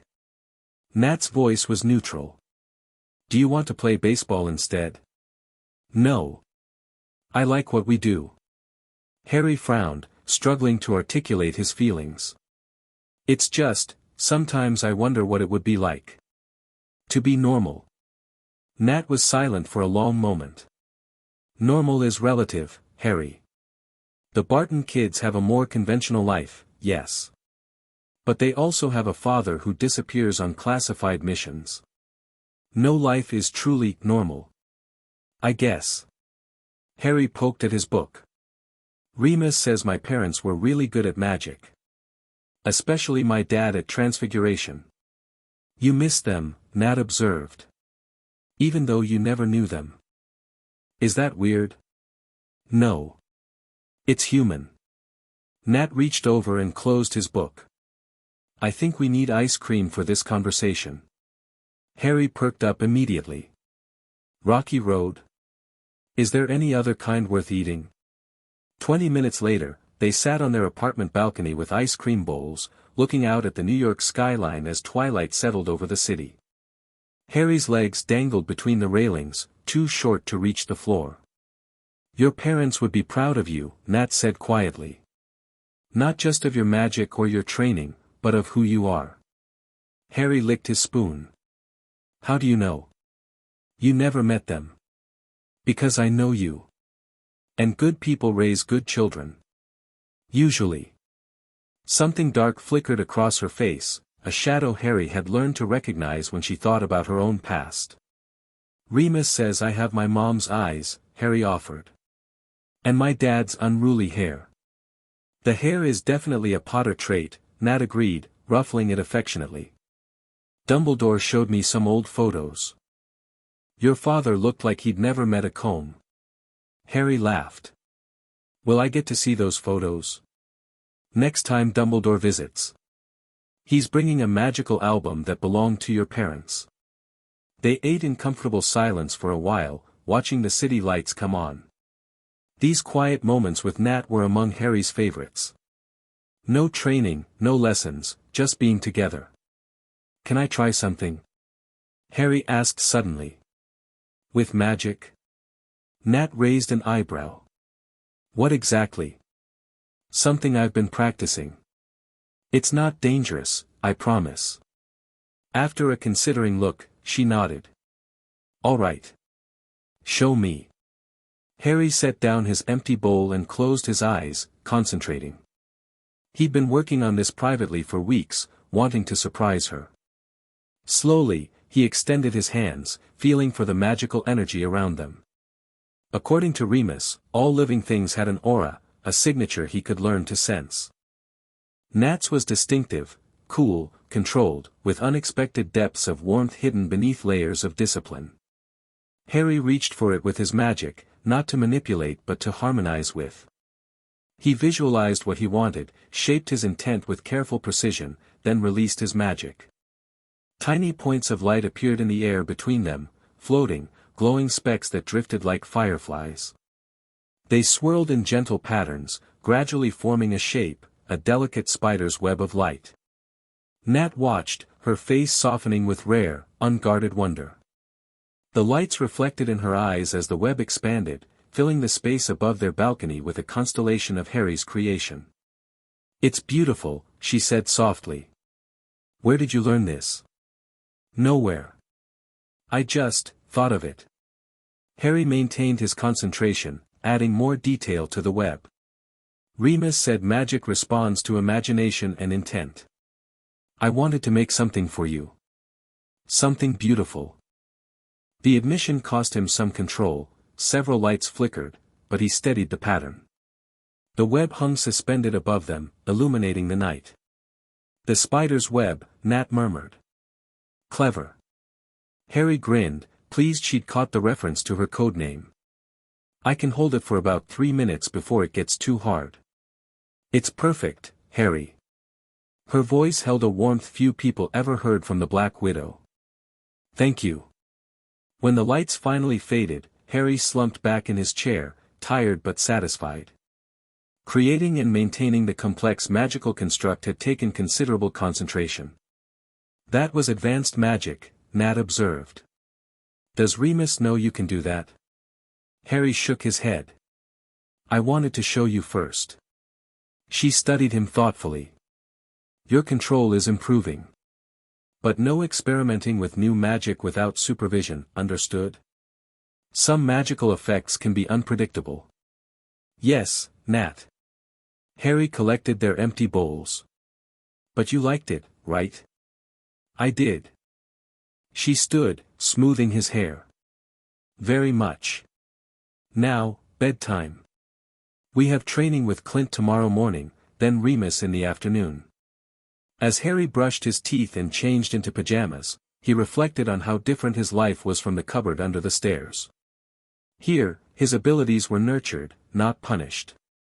Here, he was Harry, not freak, not boy, not burden. In his bedroom, decorated with a mix of magical photographs and Avengers posters, Clint had insisted. Harry climbed into bed. Nat appeared in the doorway for their nightly check-in. "All secure?" she asked, their standard evening question. "All secure," Harry confirmed. "Nat? Do you ever wish I was normal? Like, not magical?" She considered the question with the seriousness she always gave his concerns. "No. Your magic is part of who you are, Harry. I wouldn't change it. Even though it complicates things with S.H.I.E.L.D. Fury survived worse complications." A rare smile tugged at her lips. "Besides, watching you turn Agent Rumlow's hair blue was worth any amount of paperwork." Harry grinned at the memory. He deserved it. He was being a jerk. He was, Nat agreed. "Sleep well. Tomorrow's a busy day." "Night, Nat." After she left, Harry reached under his pillow for the small frame he kept there, a wizard photograph Remus had given him of his parents on their wedding day. James and Lily Potter danced in a gentle circle, laughing, occasionally waving at the camera. Harry watched them until his eyes grew heavy, wondering as he often did what they would think of his life now. Would they approve of Nat? Of his S.H.I.E.L.D. training? Would they be proud of the magic he was learning? He fell asleep with the frame clutched to his chest, dreaming of webs of light and his mother's green eyes. Harry woke suddenly, heart pounding. Something was wrong. The apartment was quiet. Too quiet. The subtle hum of the security systems, a sound he'd grown so accustomed to he rarely noticed it, was missing. His bedside clock read 3:17 a.m. Silently, Harry slipped out of bed, bare feet making no sound on the carpet, just as Nat had taught him. He reached for the modified comm unit she'd given him for emergencies, but it was dead. All electronics down. Protocol clear in his mind, Harry moved to his closet, pushed aside the false back, and retrieved the emergency pack prepared for exactly this scenario. He pulled on the dark clothing and flexible shoes, then checked that the port key, a small metal disc enchanted by Dumbledore, was secure around his neck. The port key would transport him to a S.H.I.E.L.D. safe house if activated, but only as a last resort. First, he needed to find Nat. Harry closed his eyes, reaching out with his magical senses as Remus had taught him. The apartment felt wrong, magical interference clouding his perception. But beneath it, he could sense Nat's presence, alert and moving. A soft knock at his bedroom door, 3 quick taps in their private code. Harry unlocked it to find Nat in full tactical gear, widow's bites charged and ready. "System breach," she whispered. "Magical and electronic. 3 minutes ago." "Hydra?" Harry asked, equally quiet. "Likely. Stay behind me. Exit Route 3. Harry nodded, falling into position behind her as they moved silently through the apartment. Exit Route 3 meant the hidden passage through the maintenance shaft, a modification Nat had insisted on when they'd first moved in. They reached the living room when Nat suddenly raised her hand in the signal to freeze. Harry obeyed instantly, controlling his breathing as they both listened. A whisper of movement outside the front door. Then, simultaneously, the balcony door latch began to turn. "Go," Nat mouthed, pointing Harry toward the kitchen and the concealed exit there. Harry hesitated for only a fraction of a second before moving. He'd learned that in a crisis, obeying Nat without question was critical. Questions came later, when they were safe. He reached the kitchen just as the front door burst open. Nat launched into action, a blur of lethal precision as she engaged the first intruders. Gunfire would attract attention, so they were using tranquilizers and stun weapons, giving Nat a slight advantage in close quarters. Harry didn't stop to watch. He pried open the hidden panel beneath the sink and slipped into the narrow maintenance tunnel beyond. The passage was tight even for his small frame, designed more as an emergency escape route than a comfortable crawlspace. He'd made it perhaps 15 feet when he felt rather than heard someone following. Too soon for it to be Nat. Harry forced himself to keep moving forward, using the techniques she'd drilled into him. Panic helps no one. Assess. Plan. Act. The tunnel opened into a wider maintenance area serving several apartments. Harry emerged cautiously, scanning for threats before moving toward the emergency stairwell. He'd just reached the door when it swung open, revealing a man in tactical gear with a Hydra emblem partially concealed on his sleeve. Harry reacted without thinking, a wandless flipendo jinx that sent the man staggering backward, followed by a quick roll past his legs and into the stairwell. 2 years of magical training with Remus combined with Nat's combat lessons served him well as he sprinted down the stairs. Target sighted. Level 7 stairwell, moving down, the man shouted into a comm unit. Harry needed to change tactics. They knew where he was now. Continuing down would lead him into an ambush. Instead, he exited at the next floor, darting through the residential hallway. Most residents were asleep at this hour, unaware of the hunt occurring in their building. A service elevator stood at the far end, risky, but potentially useful.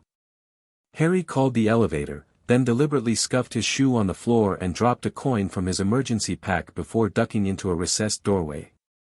When the elevator arrived, he didn't enter it, instead remaining hidden as footsteps pounded down the hallway. 2 Hydra agents approached cautiously, weapons drawn. The elevator, one muttered. He's trying to reach the lobby. They focused on the elevator, giving Harry the opening he needed. He closed his eyes for a split second, reaching for his magic. Not a precise spell, he didn't have the control for that yet, but raw intent, distraction. The overhead lights exploded in a shower of sparks, plunging the hallway into darkness. In the confusion, Harry slipped past the agents, heading for the utility room Nat had shown him months ago during a security drill. Inside, he found what he needed, access to the building's garbage chute system. Unglamorous but effective. He pried open the maintenance hatch and climbed in, careful to resecure it behind him before beginning the controlled descent using the maintenance ladder built into the wall. The smell was unpleasant, but Harry focused on his breathing and kept moving. 3 floors down, he paused, hearing commotion somewhere above. Had they found Nat? Was she okay? He pushed the worry aside, continuing his descent. At the basement level, Harry carefully opened the access panel and slipped into the garbage collection room. From here, he could access the building's loading dock, one of several pre-planned exit routes. He'd just reached the loading area when a voice called out. There he is. Harry spun to see 3 agents converging on him. No time for stealth now. He sprinted toward the security gate, knowing it would be locked but hoping his magic might help. The first agent lunged, nearly grabbing Harry's collar. Harry dropped, sliding beneath a parked delivery truck. He emerged on the other side and faced the gate, a heavy metal barrier between him and escape. Concentrating hard, Harry extended his hands toward the lock. Alohomora, he whispered, focusing all his intent on the simple unlocking charm Remus had taught him. The lock clicked, but too slowly. A hand grabbed his shoulder, spinning him around. Harry found himself staring into the cold eyes of a Hydra operative. Gotcha, the man sneered. The asset comes with us now. I'm not an asset, Harry replied, gathering his magic. I'm a person. The man laughed. You're whatever Hydra says you are, kid. Harry smiled, a small, dangerous expression he'd learned from watching Nat. I don't think so. He released the magic he'd been holding, not as a focused spell but as a concussive wave of force. The man flew backward, crashing into his companions. Harry seized the moment to push through the now unlocked gate and into the alley beyond. Rain had begun to fall, slicking the pavement and reducing visibility, good for evasion. Harry darted through the alley, mentally mapping his route to the nearest safe house. 3 blocks north, 2 east, access through the subway maintenance tunnel. He'd made it perhaps a block when a familiar figure dropped silently from a fire escape ahead of him. Nat. Harry nearly sobbed with relief. She pressed a finger to her lips, gesturing for him to follow. Together they moved through the shadows, Nat occasionally pausing to check for pursuit. Harry noticed a cut above her eye and the way she favored her left side. She'd been in a serious fight. Status, she murmured as they ducked behind a dumpster. Uninjured, Harry reported. Used magic twice. No major depletion. Nat nodded approvingly. Good. Transport's 4 minutes out. We need to reach the extraction point. The subway tunnel. Compromised. We're going vertical. Harry understood immediately. They were heading for the rooftops, Nat's preferred terrain in urban environments. She could move across the New York skyline like she'd been born there, and she'd been teaching Harry the same skills. They reached a fire escape, Nat boosting Harry up to the lowest ladder before following with athletic grace. Despite the danger, Harry felt a familiar thrill as they climbed. This was their element, this was what they'd trained for. At the rooftop, Nat paused to survey their surroundings. Hydra hit 3 locations simultaneously, she explained quietly. Our apartment, S.H.I.E.L.D.'s local office, and Clint's safe house. Harry's eyes widened. Is Clint okay? Fine. He wasn't there. This was coordinated, specifically targeting you. Why me? Why now? That's what we'll find out. Nat checked her watch. 2 minutes. We need to move. They crossed 2 rooftops in swift silence before Nat held up her hand. Below them, Hydra operatives were searching methodically, using thermal imaging equipment that would soon detect them. I need a distraction, Nat whispered. Something magical but controlled. Can you manage it? Harry nodded, concentrating. This was what all those practice sessions had been for. He focused on the magical energy around them, shaped it with his intent, then directed it 3 blocks away, as far as he could manage. A brilliant flash of light erupted in the distance, followed by what sounded like firecrackers. The Hydra team immediately redirected their attention toward the disturbance. Perfect, Nat said. Now we move. The extraction point is just ahead. They made it to the designated rooftop just as a S.H.I.E.L.D. Quinjet appeared, hovering in stealth mode with its rear ramp extended. Nat pushed Harry forward, covering their retreat as they sprinted for the aircraft. Inside, Clint greeted them from the pilot's seat. Cutting it close, he remarked. We've got company incoming, 3 hostiles on the adjacent roof with surface-to-air capability. Get us out of here, Nat replied, strapping Harry into a seat before taking the co-pilot position. The Quinjet surged upward, banking sharply to avoid incoming fire. Harry held on tight, his stomach lurching at the sudden maneuvers. Despite the danger, he couldn't help the small smile that formed. This was his life now, escapes, safe houses, and the absolute certainty that Nat would always come for him.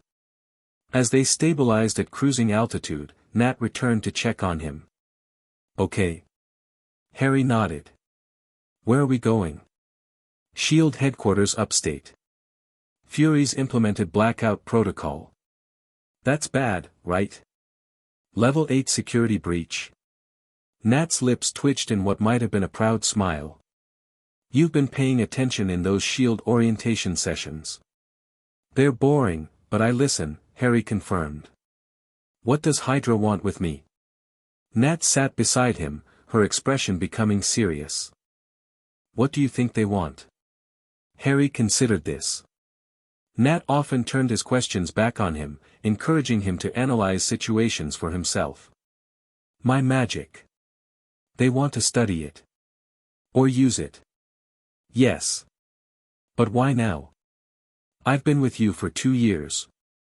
That's what we need to find out. Nat brushed a hand over his unruly hair. You did well tonight, Harry. Followed protocol, used your training effectively. Coming from Nat, this was high praise. Harry felt a warm glow of pride despite their circumstances. I was scared, he admitted. But I remembered what you taught me. Fear is natural. Controlling it is a skill. She checked his emergency pack. Did you have to use the portkey? Harry shook his head. Almost, when they cornered me at the loading dock. But I managed a wandless flipendo instead. Remus will be impressed. That's beyond the level he's been teaching you. I've been practicing extra. Nat's eyes narrowed slightly. Without supervision. Harry ducked his head. Maybe a little. We'll discuss that later, she said, though her tone lacked real anger. For now, rest. It's still 2 hours to headquarters, and you'll need your energy for the debriefing. Harry leaned against her, fatigue suddenly hitting him as the adrenaline faded. Will we go back home after? Nat was quiet for a moment. I don't know. The apartment's compromised. But all my stuff is there. My books, my pictures. The photograph of his parents that he kept under his pillow. We'll recover what we can, Nat promised. Security comes first, though. You know that. Harry nodded against her shoulder. He did know. Security, vigilance, and preparation had been the foundations of his life with Nat. Sometimes he wondered what it would be like to live without constant security protocols, without escape routes and safe houses. But then he remembered the cupboard under the stairs, and those thoughts faded. He must have dozed off because the next thing he knew, Nat was gently shaking him awake as the Quinjet began its descent. We're here, she said. Fury's waiting. Harry straightened, wiping sleep from his eyes and adjusting his glasses. Do I look okay? Not too much like I just escaped from Hydra. Nat's lips curved in a small smile. You look fine. Just follow my lead and answer questions directly. S.H.I.E.L.D.'s upstate facility loomed below them, a sprawling complex of buildings surrounded by security measures both visible and hidden. As they landed, Harry saw armed agents forming a protective perimeter around the landing pad. Heavy security, he observed. Is this because of me? Partially, Nat admitted. The breach was significant. Hydra shouldn't have been able to get past our defenses, especially the magical ones Dumbledore put in place. That was concerning. Harry had grown to trust the layered security of their apartment, the magical wards supplementing S.H.I.E.L.D.'s technology. If Hydra had broken through both. Clint powered down the Quinjet and joined them. Ready for the firing squad? Is Fury that mad? Harry asked. Furious, Clint replied with a straight face. Get it? Fury's furious. Harry groaned at the terrible joke while Nat just shook her head. Your humor's still intact. That's something. Takes more than a Hydra raid to knock that out of me. Clint ruffled Harry's hair. You okay, Squirt? I'm fine. Nat got us out. Course she did. That's what she does. Clint led the way down the ramp. Let's not keep the man waiting. He's already got one eye twitching. Director Fury met them in a secure conference room rather than his office, a sign that this was indeed a serious situation. His single eye fixed on Harry with an intensity that would have been intimidating if Harry hadn't grown used to it over the past 2 years. Potter, Fury nodded. Romanoff. Good to see you both in one piece. Sir, Nat acknowledged. Status of the other targets? Barton's safe house was thoroughly compromised. Your apartment likewise. The local office suffered minimal damage, seems it was primarily a diversion. They were after Harry specifically, Nat concluded. So it would seem. Fury turned to Harry. You holding up okay, son? Harry nodded. Yes, sir. Good. Because we've got a situation that just got a hell of a lot more complicated. Fury activated a holographic display showing surveillance footage from their apartment building. This was recovered from backup systems after the initial EMP knocked everything out. The footage showed dark-clad figures moving with military precision, standard Hydra tactics. But among them was a robed figure, hands moving in patterns Harry recognized from his lessons with Remus. A wizard? Harry asked, surprised. Working with Hydra? That's what we need to determine.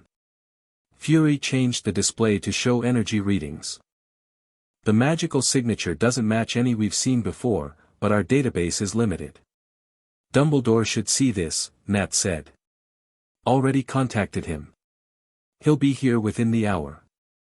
Fury fixed his gaze on Harry again. In the meantime, I want to know exactly what happened from your perspective. Start from when you first sensed something was wrong. Harry recounted the night's events as precisely as he could, from waking to the sensation of magical interference to his escape through the garbage chute. Fury and Nat listened without interruption, though Harry noticed Nat's subtle nod of approval at his more resourceful moments. And the magic you used, Fury prompted when Harry described his encounter at the loading dock. You said it wasn't a specific spell. Not exactly, Harry admitted. Remus calls it raw intent. It's less controlled than proper spell work, but more powerful sometimes. Especially in emergencies. Interesting. Fury made a note. Romanoff, your assessment. Harry followed protocol exactly as trained, Nat replied. His magical responses were controlled and appropriate to the threat level. Fury nodded. Good. Now for the uncomfortable question, why is Hydra suddenly interested in magical abilities? They've had 2 years to make a move. They've been watching, Nat suggested. Gathering intelligence before acting. Or something changed, Clint added from where he leaned against the wall. Something that made them decide now was the time. Before they could speculate further, the conference room door opened to admit a junior agent. Sir, Professor Dumbledore has arrived. Send him in. Moments later, the tall figure of Albus Dumbledore entered, his midnight blue robes looking oddly at home among S.H.I.E.L.D.'s high-tech surroundings. Despite the late hour, he appeared alert and composed.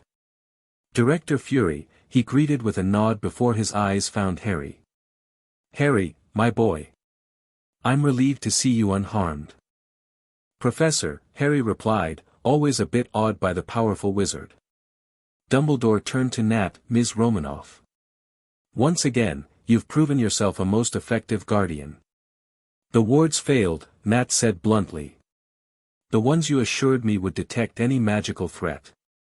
Yes, Dumbledore's expression grew serious. That is deeply concerning and the primary reason for my prompt arrival. May I? He gestured to the holographic display. Fury nodded, replaying the footage of the robed figure. Dumbledore watched intently, his usually twinkling eyes narrowed in concentration. Most troubling, he murmured. The magical signature is disguised, but the casting style. He turned to Harry. Did you sense anything familiar about the magic used against you? Harry considered the question. It felt cold. Not like yours or Remus's magic. More like when you showed me that dark artifact last year, the one with the curse. Dark magic, then, Dumbledore confirmed. But performed with unusual precision. This was no ordinary dark wizard. Do you know who it might be? Fury pressed. I have suspicions, but nothing I wish to voice without further evidence. Dumbledore stroked his beard thoughtfully. What concerns me more immediately is how they located Harry despite the protective measures in place. Could they have tracked his magical signature? Nat asked. Possible, but difficult with the obscuration charms I placed. More likely. Dumbledore paused, his expression troubled. More likely they had assistance from someone with knowledge of our protections. A traitor, Fury stated flatly. Either in S.H.I.E.L.D. or in your magical community. I fear so, Dumbledore agreed. Which necessitates immediate adjustments to Harry's security arrangements. Harry listened to the adults discussing his safety with a growing sense of unease. He'd grown comfortable in their New York apartment, had begun to feel like he had a real home for the first time in his life. Now that was gone, shattered by people who saw him as nothing more than an asset to be acquired. "Harry," Nat's voice cut through his thoughts. "You're tired. Agent Hill will show you to quarters where you can rest." Harry wanted to protest that he wasn't tired, that he should stay for this discussion, but the truth was exhaustion was beginning to overwhelm him. The night's events, the magic he'd used, the emotional strain, all were taking their toll. "Okay," he agreed reluctantly. "But you'll tell me the plan when you decide?" "Of course," Nat promised. "No decisions about you without you." This was their agreement, established early in their relationship. Harry would follow Nat's lead in matters of security, but she would never make major decisions about his life without his input. It was one of the many ways she differed from the Dursleys, who had never considered his wishes about anything. Agent Maria Hill led Harry to a small but comfortable room within the secure sector of the facility. "There's a change of clothes in the drawer," she informed him. "Bathroom through there. The room's secure, level 9 protocols." "Thanks, Agent Hill." Once alone, Harry took a quick shower, changed into the provided shield sweatpants and t-shirt, both too large, but better than nothing, and collapsed onto the bed. Despite his intention to stay awake and think through the night's events, sleep claimed him almost immediately. He dreamed of running through endless corridors, pursued by faceless figures in robes.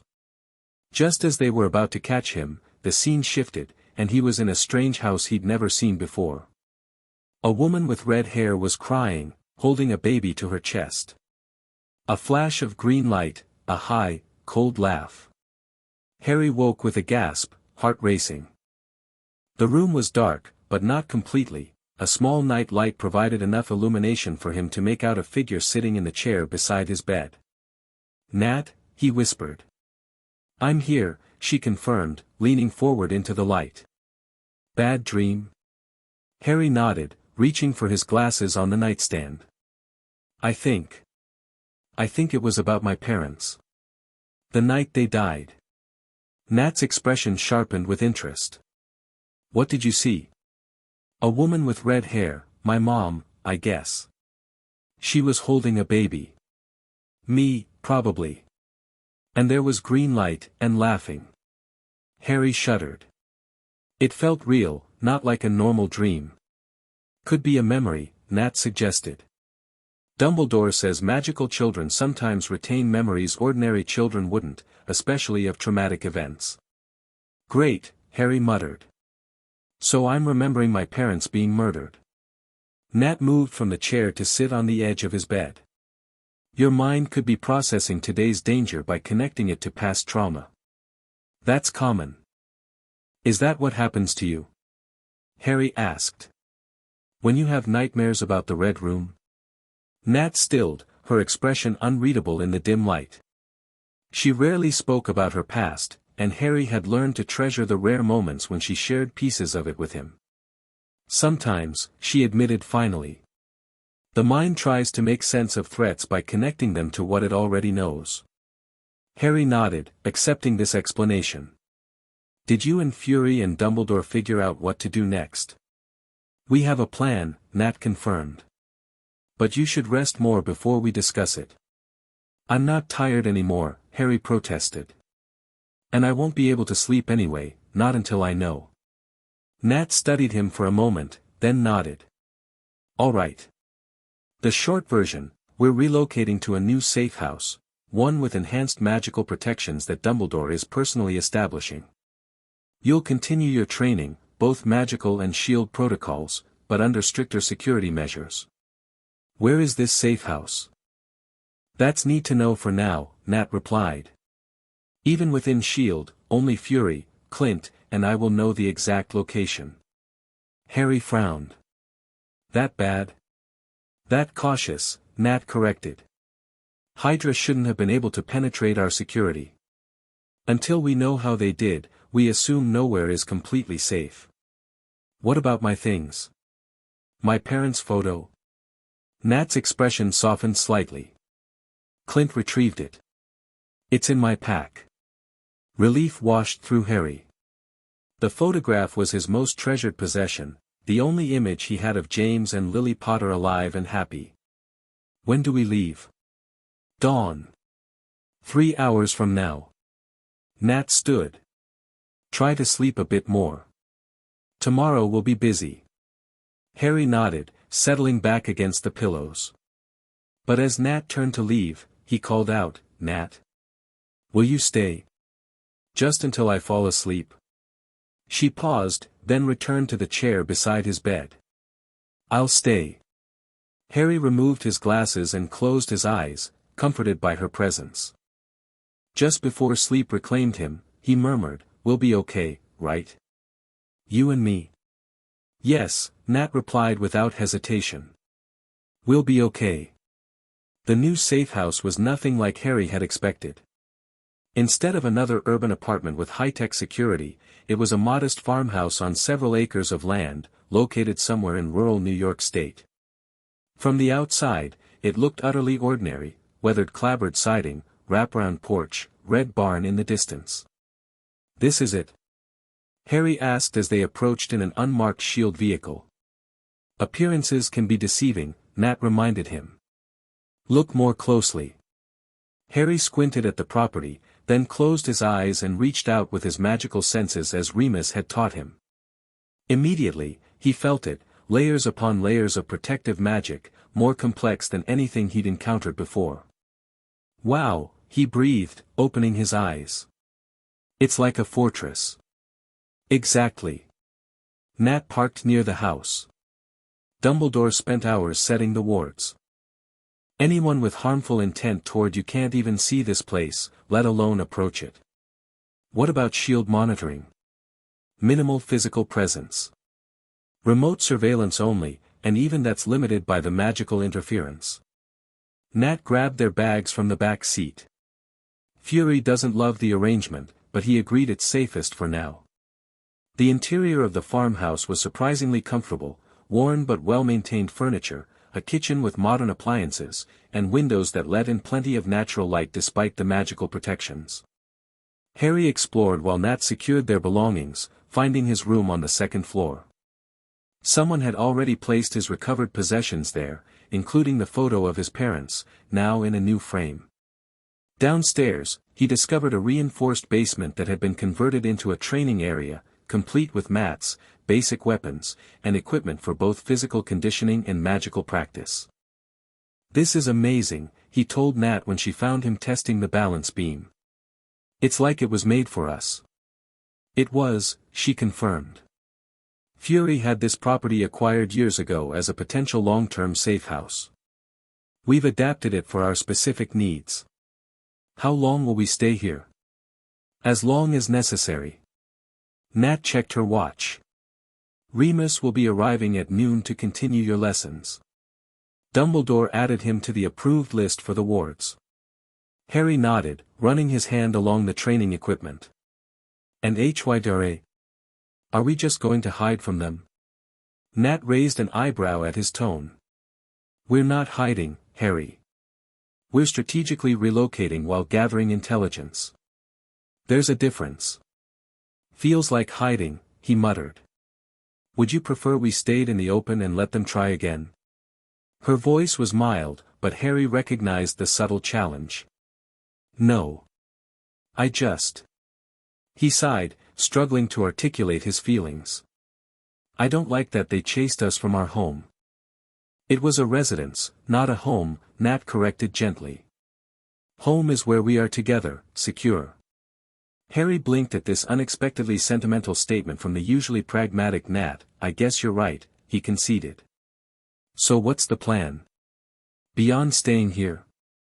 "We continue your training, both magical and combat. We gather intelligence on who targeted you and why. And we prepare for the eventuality that they'll try again." "And shield? Will I still go there for testing?" Nat shook her head. "Not for now." Dumbledore and Fury agreed to temporarily suspend the regular evaluations. "Remus will monitor your magical development, and I'll handle the rest." This was a significant change. Since coming to live with Nat, Harry had undergone monthly evaluations at S.H.I.E.L.D., tests of his magical abilities, psychological assessments, physical exams. He'd grown accustomed to the routine, even if he didn't particularly enjoy it. Is that because they think there's a traitor in S.H.I.E.L.D.? Someone who told Hydra about me? It's a precaution, Nat replied, neither confirming nor denying. Now, let's get settled. Standard security check of the premises, then lunch before Remus arrives. The security check was thorough, with Nat showing Harry the various defensive measures incorporated into the seemingly ordinary farmhouse. Panic rooms, escape tunnels, weapons caches, and communication systems, all disguised as normal household features. The barn has a Quinjet hangar beneath it, Nat explained as they completed their inspection. Emergency extraction, if needed. Does Clint know about this place? Harry asked, helping to prepare lunch in the kitchen. Yes. He'll visit periodically to deliver supplies and updates. What about his kids? Can they visit? Nat hesitated. Not immediately. We need to ensure the security protocols are functioning properly first. Harry tried to hide his disappointment. He'd grown close to Cooper and Lila Barton over the past 2 years, enjoying the rare opportunity to just be a normal kid during their visits. Hey, Nat said, noting his expression. This is temporary. Once we identify and neutralize the threat, things can return to a more normal pattern. Normal for us, anyway, Harry agreed with a small smile. Remus Lupin arrived precisely at noon, apparating to a designated point just outside the main wards. Nat accompanied Harry to meet him, both watching as the werewolf wizard navigated the complex layers of magical protection. Impressive work by Dumbledore, Remus commented as he joined them. Some of the most intricate warding I've seen outside Hogwarts itself. Will it hold against dark wizards? Harry asked anxiously.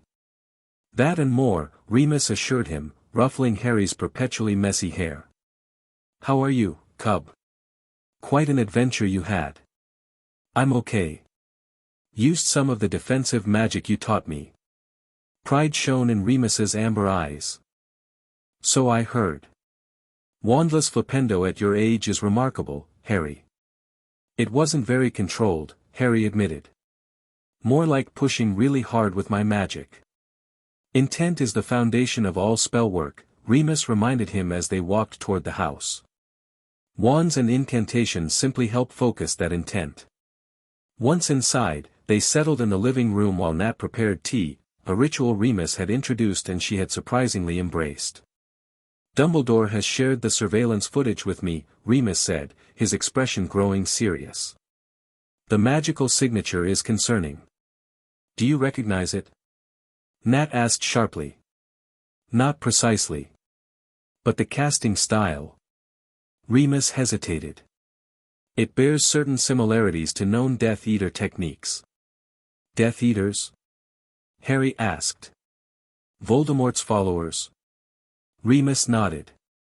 Though most are either dead or imprisoned in Azkaban. Those who escaped punishment generally maintain a very low profile. Could one be working with Hydra? Nat pressed. It's possible. There have always been dark wizards fascinated by Muggle power structures. A partnership with Hydra would appeal to certain mentalities. Harry absorbed this information with growing unease. The idea of Voldemort's followers, the people who had helped murder his parents, now hunting him in his new life was disturbing on multiple levels. Is that why I had the dream? He asked suddenly. About the night my parents died? Remus looked startled. You dreamed about that night? What did you see? Harry described the dream again, the red-haired woman, the flash of green light, the high, cold laugh. Remus and Nat exchanged concerned glances. It could be a memory surfacing due to the magical presence nearby during the attack, Remus suggested. Or it could be something more. More like what?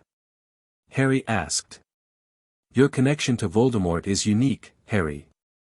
No one has ever survived the killing curse before. That scar. Remus gestured to Harry's forehead. Dumbledore believes it may be more than just a mark. What, like a magical connection? The idea was both fascinating and horrifying. Possibly. It's something we've been monitoring. Remus sighed. Which brings me to today's lesson. I believe it's time we accelerated your training in occlumency. Mind protection, Nat translated, having learned the magical terminology over the past 2 years. Precisely, Remus confirmed. Given recent events, shielding your mind from external influence or intrusion has become a priority.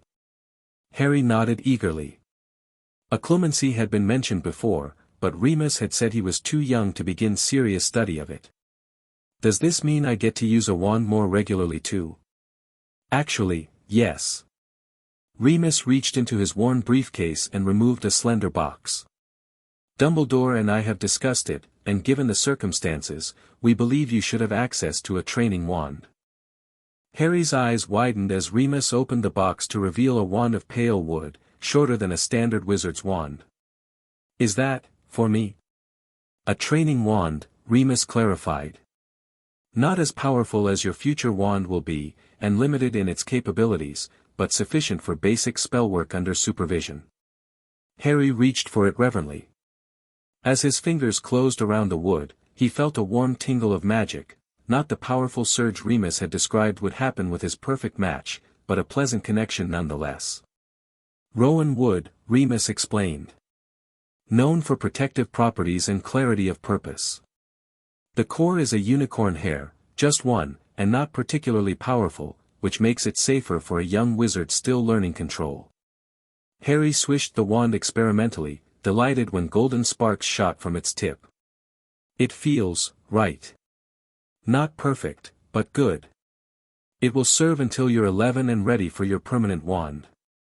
Remus smiled at Harry's obvious excitement. Now, shall we begin today's lessons? We have much to cover. The afternoon passed in intensive magical training, first occlumency basics, with Remus teaching Harry to clear his mind and visualize protective barriers, then practical spellwork with the new training wand. Harry mastered Lumos and Nox almost instantly, having practiced the theory for months. Wingardium Leviosa took more effort, but by the end of the session, he could reliably levitate small objects around the room. Excellent progress, Remus praised as they concluded. Your magical core is unusually strong for your age, Harry. With proper training, you'll be a formidable wizard. And a formidable agent, Nat added from where she'd been observing the lesson. If you can integrate magical and physical combat effectively. That's the goal, right? Harry grinned. Best of both worlds. Remus and Nat exchanged another look, one of those adult communications Harry couldn't quite interpret yet. Balance is important, Remus said carefully. Magic isn't just about combat or power. It's about wisdom and how you use your abilities. Like Nat's training, Harry pointed out. She always says the most dangerous weapon is up here. He tapped his temple. Precisely. Remus packed away his teaching materials. I'll return in 3 days. In the meantime, practice your occlumency exercises before sleep each night, and work on wand movements with a pencil when not using the training wand. Can't I keep the wand with me? Harry asked hopefully. Not yet. It stays in the secure case when I'm not here. Remus held up a hand to forestall Harry's protest. Those are Dumbledore's conditions, not mine. Your magical signature is what they're tracking, Harry. Active wand work could make it easier for them to find you. Reluctantly, Harry returned the training wand to its box. Fine. But eventually I'll have my own wand all the time, right? When you start Hogwarts, Remus confirmed. Though we still need to discuss exactly how your education will be structured, given your unique circumstances. After Remus departed, Harry helped Nat prepare dinner, his mind buzzing with the day's lessons and revelations. You're quiet, Nat observed as they worked side by side, Harry chopping vegetables with the careful precision she'd taught him. Just thinking about everything. Death Eaters, Hydra, occlumency. Harry glanced up at her. Do you ever wish I was just a normal kid? Without all the complications? Nat considered the question as she stirred the simmering pot on the stove. No, she said finally. These complications are part of who you are.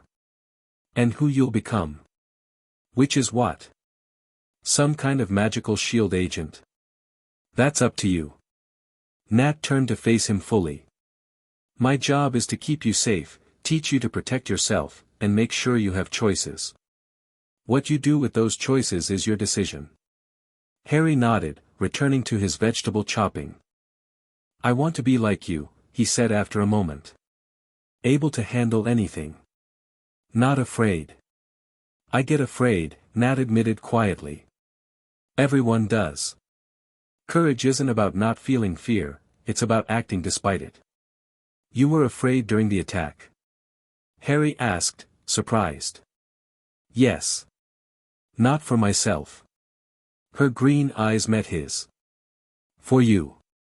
The simple admission warmed Harry in a way that felt almost like magic itself, a connection beyond the physical, a reminder that however unusual their family might be, it was real.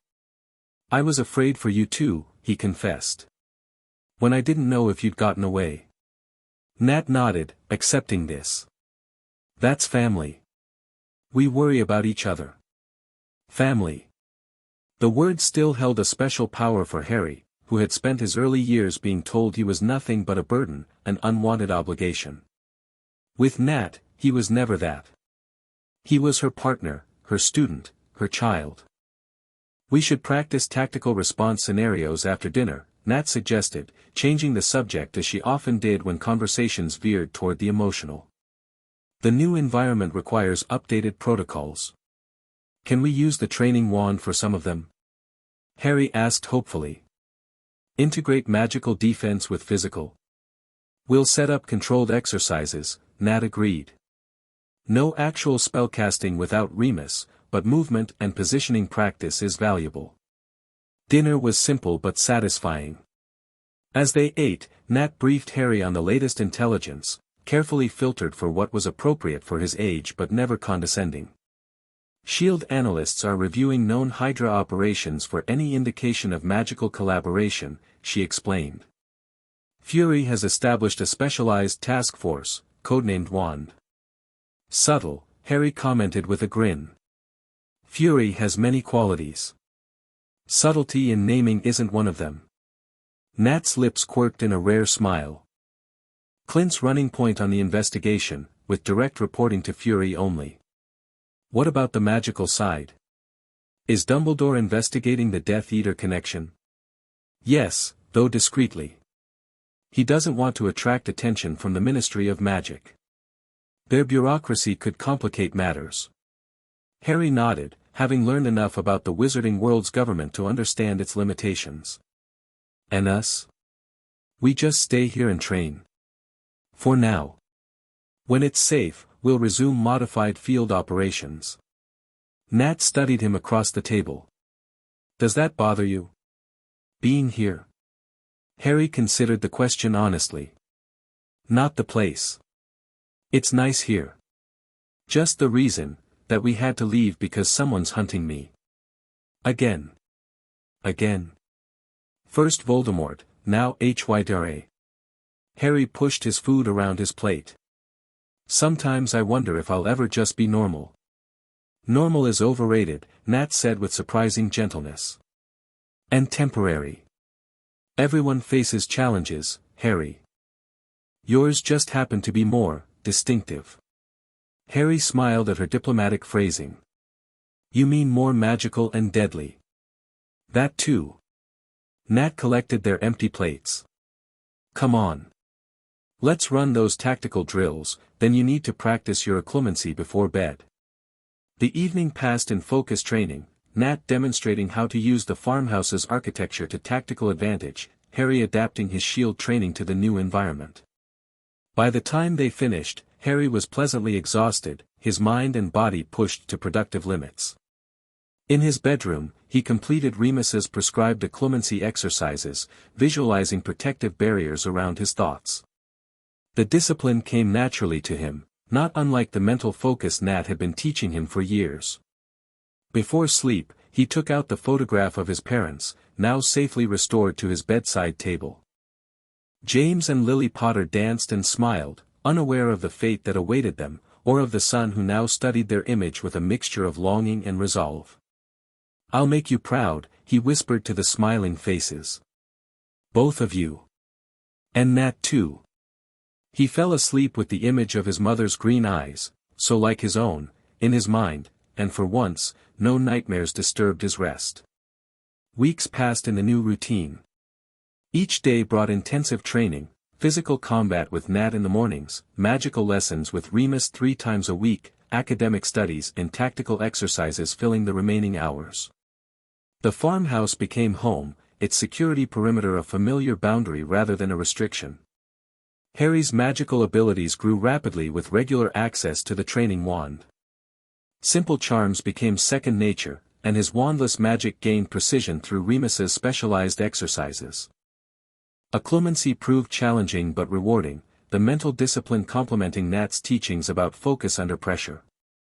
2 months after relocating to the farmhouse, Clint arrived for his regular supply delivery with unexpected news.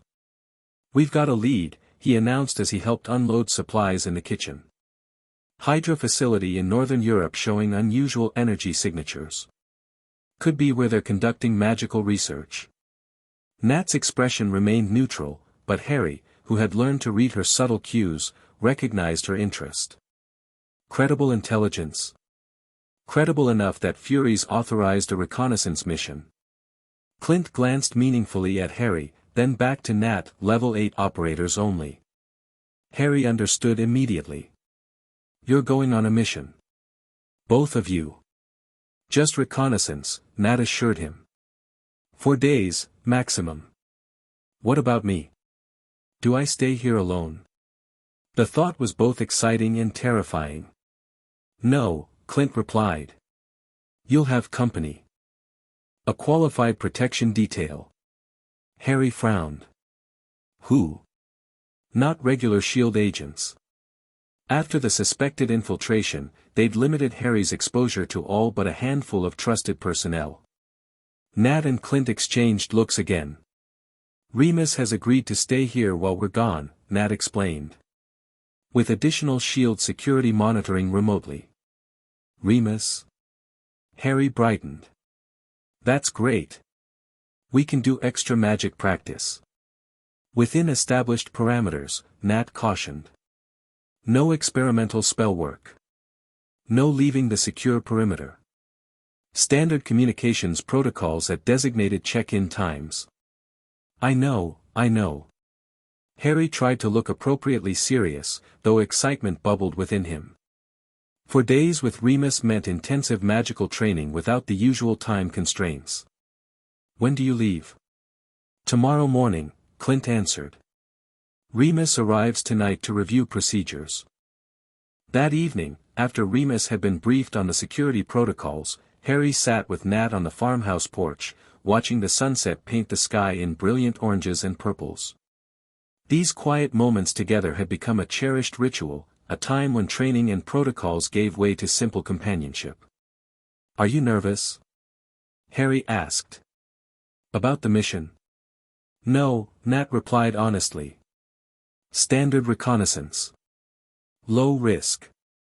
But if there are wizards working with Hydra, then we'll gather intelligence and withdraw. This isn't an engagement mission." Harry nodded, accepting this. "Will you tell me what you find? About why they're after me?" Nat considered the question. "What's appropriate for you to know, yes. Which means you'll sanitize it," Harry said with a small smile. "Filter out the scary parts. I'll provide information relevant to your security without unnecessarily alarming you," Nat corrected. "That's not sanitizing, it's proper intelligence handling." "Okay, Agent Romanoff." Harry grinned at her, using her formal title teasingly. Nat's lips quirked upward. "Cheeky." They sat in comfortable silence for a while, the twilight deepening around them. In the distance, an owl hooted, perhaps one of the magical messengers Remus sometimes used. Nat," Harry said finally. "Be careful, okay?" She turned to look at him, her expression softening in that subtle way only Harry ever witnessed. "Always am. I know. But still." Harry fidgeted with the sleeve of his sweatshirt. "You're coming back, right?" The question revealed more vulnerability than he usually allowed himself to show. 2 years of security and stability with Nat had healed much of the damage done by the Dursleys, but some insecurities lingered, particularly the fear of abandonment. "Harry," Nat said, her voice gentle but firm. "I'm coming back. That's a promise." Coming from Natasha Romanoff, who made few promises and broke none, this was as close to an absolute guarantee as existed in their world. Harry nodded, relief evident in his posture. "Okay. Good." He hesitated, then added, "I could help, you know. With my magic. If you took me with you." "Not this time," Nat said, closing that line of discussion. "Your training is progressing well, but field operations against Hydra are still beyond your current capabilities." Harry sighed but didn't argue. He knew she was right, even if the admission stung his pride. "When, then? When will I be ready?" "When you can consistently defeat me in combat simulations," Nat replied with a slight smile. "Among other benchmarks." "So, never," Harry groaned dramatically. "You always hold something back in training." "Do I?" Nat raised an eyebrow. "Or are you not observing carefully enough?" This was a challenge, one of her teaching methods. Harry narrowed his eyes, thinking back to their recent sparring sessions. "You favor your right side after extended engagement," he said slowly. "Not from injury, but habit. And you telegraph leg sweeps with a slight weight shift." Nat's expression revealed nothing, but Harry caught the subtle approval in her eyes. "Keep watching.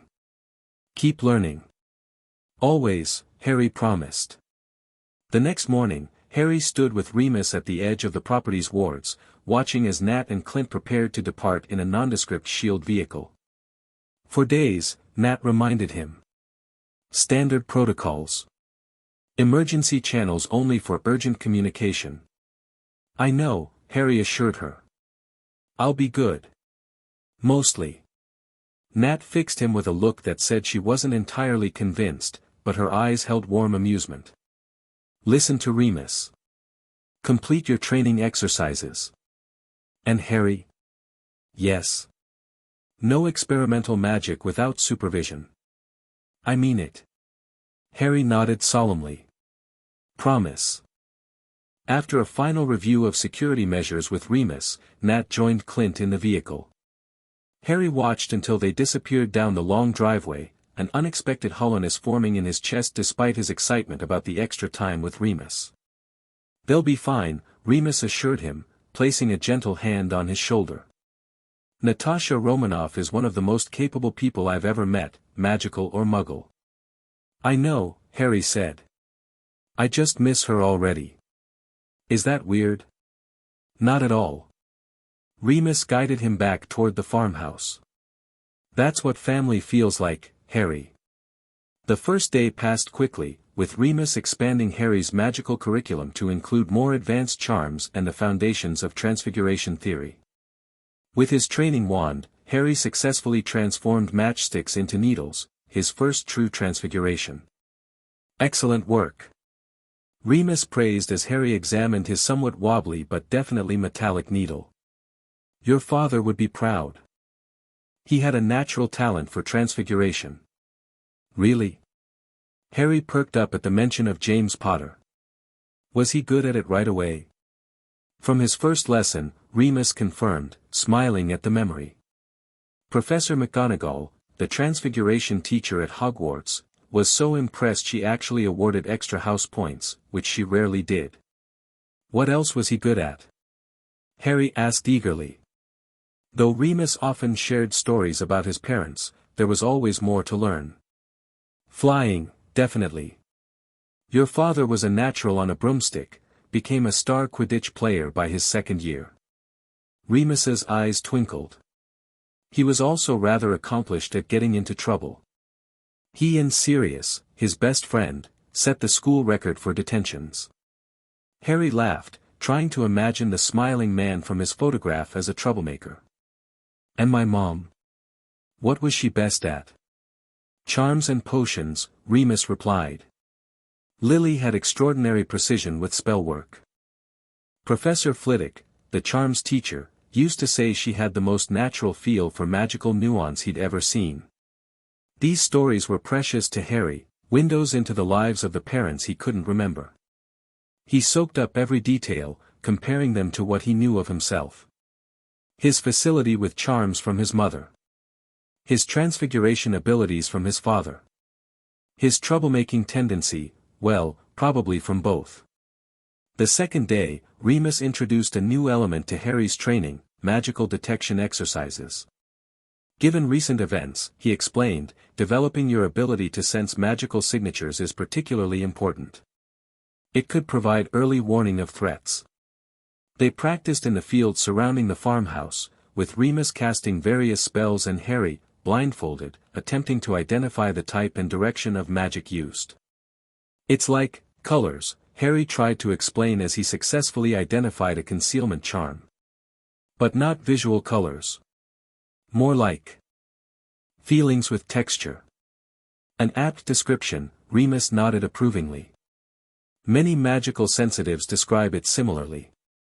With practice, you'll be able to identify individual magical signatures, even distinguish between wizards by the feel of their magic. By the third day, Harry had made remarkable progress, not just in magical detection, but in integrating his magical awareness with Nat's combat training. He demonstrated for Remus how he could incorporate magical awareness into fighting stances, creating a hybrid defense style. I call it spider magic, Harry explained as he moved through a sequence that blended combat positions with wand movements. Nat's techniques plus wizard reflexes. Inventive, Remus commented, looking both impressed and slightly concerned. Though I'm not sure Hogwarts professors will know quite what to make of it. Hogwarts is still years away, Harry reminded him. Besides, Dumbledore said my education would be appropriately adapted given my circumstances. He mimicked the headmaster's formal tone with remarkable accuracy. Remus laughed. Indeed he did. And I must admit, your approach has merit. Traditional wizarding education rarely addresses physical defense, an oversight, in my opinion. That evening, during their scheduled check-in, Harry received a brief, encrypted message from Nat, mission extended 24 hours. Maintain protocols. All secure. Is that normal? Harry asked Remus after decoding the message. Mission extensions. In intelligence work, yes, Remus replied. Natasha wouldn't extend unless it was important and safe to do so. Harry nodded, but a small knot of worry formed in his stomach. Nat was meticulous in her planning, an extension meant unexpected developments. To distract himself, Harry threw himself into training the following day, pushing his magical abilities to their limits under Remus's watchful guidance. By afternoon, he had mastered several new charms and made significant progress on his occlumency shields. Excellent focus today, Remus observed during a break. Though I sense it's partly nervous energy. Harry shrugged, not bothering to deny it. I'll feel better when Nat's back. Understandable. Your bond with her is quite remarkable, you know. Remus poured them both glasses of pumpkin juice, a wizarding beverage Harry had developed a taste for. Few would have predicted such a successful partnership between a young wizard and a Muggle intelligence operative. She's not just any operative, Harry pointed out. She's the Black Widow. Indeed. Remus smiled. And you're not just any wizard. Perhaps that's why it works. They were preparing dinner when the security system chimed, the specific tone indicating an arrival at the outer perimeter. Remus immediately went alert, drawing his wand. Stay inside, he instructed Harry. Could be Natasha returning early, but we take no chances. Harry nodded, retrieving his training wand from its case, an emergency exception to the rules they'd agreed upon. He positioned himself strategically in the kitchen, with clear sight lines to both the front entrance and the rear exit. Remus checked the security monitors, his tension visibly easing. "It's them," he confirmed. Natasha and Clint, proper identification protocols observed. Relief washed through Harry, followed immediately by excitement. He placed his wand back in its case and raced to the front door, barely restraining himself from flinging it open before the final security verification completed. When Nat finally entered, Harry immediately noticed several things: the shadows under her eyes, the careful way she moved her left shoulder, and the intense focus in her expression. Something significant had happened. "You're hurt," he said instead of a greeting. "Minor," she dismissed. "Mission complication. Nothing serious." But Harry had learned to read between Nat's lines. Minor to her meant something that would incapacitate an ordinary person. Mission complication meant they'd encountered unexpected resistance. Nothing serious meant she didn't want him to worry. Clint followed, looking equally tired but less physically taxed. "Hey, Squirt," he greeted Harry with forced casualness. "Miss us?" "What happened?" Harry asked directly, looking between them. "You found something about the wizards working with Hydra?" Nat and Clint exchanged glances, one of their silent communications that Harry still couldn't fully interpret. "We should debrief properly," Nat said. "After we've secured everything and checked the perimeter." "I'll do the perimeter check," Remus offered, sensing the tension. "Harry's quite eager to hear about your findings, I'm sure." Once Remus departed, Nat set down her gear and motioned for Harry to join them in the living room. Her movements were measured, conservative, definitely injured, though hiding it well. "What we found," she began once they were seated, "confirms Dumbledore's concerns. There is a magical contingent working with Hydra, specifically targeting enhanced individuals." "Like me," Harry said quietly. "Yes. But not just you. Others as well, people with abilities that might be magical in origin but who were raised outside the wizarding world." Clint picked up the explanation. "Hydra has a program called Arcane Division, dedicated to harnessing magical abilities for their operations. They've been collecting data on magical signatures, testing methods to track and contain magical individuals." "Is that why they attacked our apartment? To capture me for this program?" Nat nodded. "According to the intelligence we gathered, yes. They've identified you as a particularly valuable subject due to your unique magical signature and what they call survival anomalies." "The fact I survived the killing curse," Harry translated. "Exactly." Nat's expression was grave. "But there's more.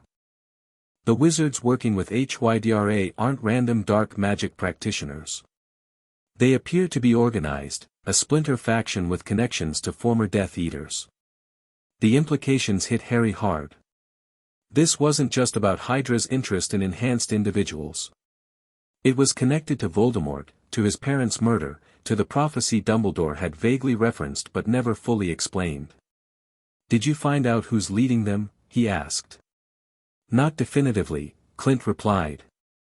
"But we have a code name, the Regent. Intelligence suggests it's someone who believes they're acting as a placeholder until Voldemort returns." "Returns?" Harry's eyes widened. "But he's dead. I killed him. Or my mother's protection did. Dumbledore has always maintained that Voldemort wasn't truly destroyed that night," Nat said carefully. "Just severely weakened, possibly disembodied but not gone completely. And these people, this Regent, they're working with Hydra to find me because they think it will help bring Voldemort back." The idea was horrifying. "That's one theory," Nat confirmed. "Another is that they want to prevent his return by capturing or eliminating you first. The intelligence isn't clear on their exact motives." Harry absorbed this, his mind racing with implications. "So what happens now? Do we stay here? Move again?" "For now, we maintain this position," Nat decided. "The security here is solid, and moving creates vulnerability. But we'll be accelerating your training, both magical and shield protocols. And we're bringing in additional resources, Clint added. Fury's approved expanded wand task force operations, including magical consultants vetted by Dumbledore. The good news, Nat continued, is that the facility we infiltrated was their primary research center. The data we recovered and the systems we compromised have set back their tracking capabilities significantly. So they can't find me here. Not easily, Nat confirmed. But we remain vigilant. No unnecessary risks, no deviations from security protocols. Harry nodded, trying to process everything. The threat was more complex, more personal than he'd realized. Not just Hydra's scientific interest in his abilities, but a connection to his past, to Voldemort and his parents' murder. I want to help, he said suddenly. Not just train and hide. Actually help stop them. Nat studied him for a long moment. Your primary contribution right now is developing your skills. Both magical and tactical. The better trained you are, the more options we have. But eventually, Harry pressed. Will I get to be part of the solution? Eventually, Nat agreed with surprising readiness. When you're ready. Which is why we'll be intensifying your training immediately. Later that night, after Clint had departed and Remus had returned to his own residence, Harry found Nat in the kitchen, methodically cleaning her weapons, a ritual she performed after every mission. Your shoulder's worse than you said, he observed, noticing her careful movements. Hairline fracture. Already treated. Nat didn't look up from her task. It won't interfere with training. Harry sat across from her. I'm glad you're back, he said simply. This made her pause and meet his eyes. I told you I would be. I know. I believed you. I just. Harry struggled to articulate his feelings. I missed you. Something in Nat's expression softened almost imperceptibly. I missed you too. The casual use of the Russian endearment, little one, warmed Harry as it always did. Nat used it rarely, only in their most private moments. Can I help? He asked, gesturing to her weapons maintenance. She nodded, sliding a cleaning cloth and one of her simpler devices toward him. They worked in comfortable silence for a while, Harry following the maintenance procedures she'd taught him with careful precision. Nat, he said finally. If they're after me because of what happened with Voldemort, does that mean I'll never be safe? That this will never end? Nat set down the widow's bite she'd been adjusting. Safety is relative, Harry. Few people in this world are truly safe all the time. What we can do is prepare, adapt, and make informed choices about acceptable risks. That's not really an answer. It's the honest one. Nat's green eyes held his steadily. I won't promise you a future without threats. What I can promise is that you won't face them unprepared or alone. Harry nodded, accepting this. It was, after all, more than he'd had before Nat, more than the boy in the cupboard had ever dared to hope for. There's something else you should know, Nat said after a moment. Something we found in the Hydra files. Harry looked up attentively. What? They have extensive data on your magical signature, including analysis of the spell residue from the night your parents died. Nat's expression was carefully controlled. Their research suggests the protection your mother left is tied to blood, specifically, her blood, which you share. But also the blood of her closest relatives. Aunt Petunia, Harry realized. That's why Dumbledore insisted I had to go back once a year, to maintain the protection. Yes. But Hydra's research goes further. They believe they can neutralize that protection through a specific ritual involving your blood and magically enhanced technology. Harry felt a cold chill despite the warm kitchen. They want my blood for a ritual. They want you, Harry. The blood is just one component. Nat's voice hardened slightly. They won't get it. Any of it. Because you'll protect me, Harry said with certainty. Because we'll protect each other, Nat corrected. You're not just my responsibility anymore, Harry. You're my partner. The word struck Harry deeply. Partner, not just ward, not just child, but someone who contributed to their mutual safety and success. It was a promotion, a recognition of his growth and abilities. Partners, he repeated, testing the word.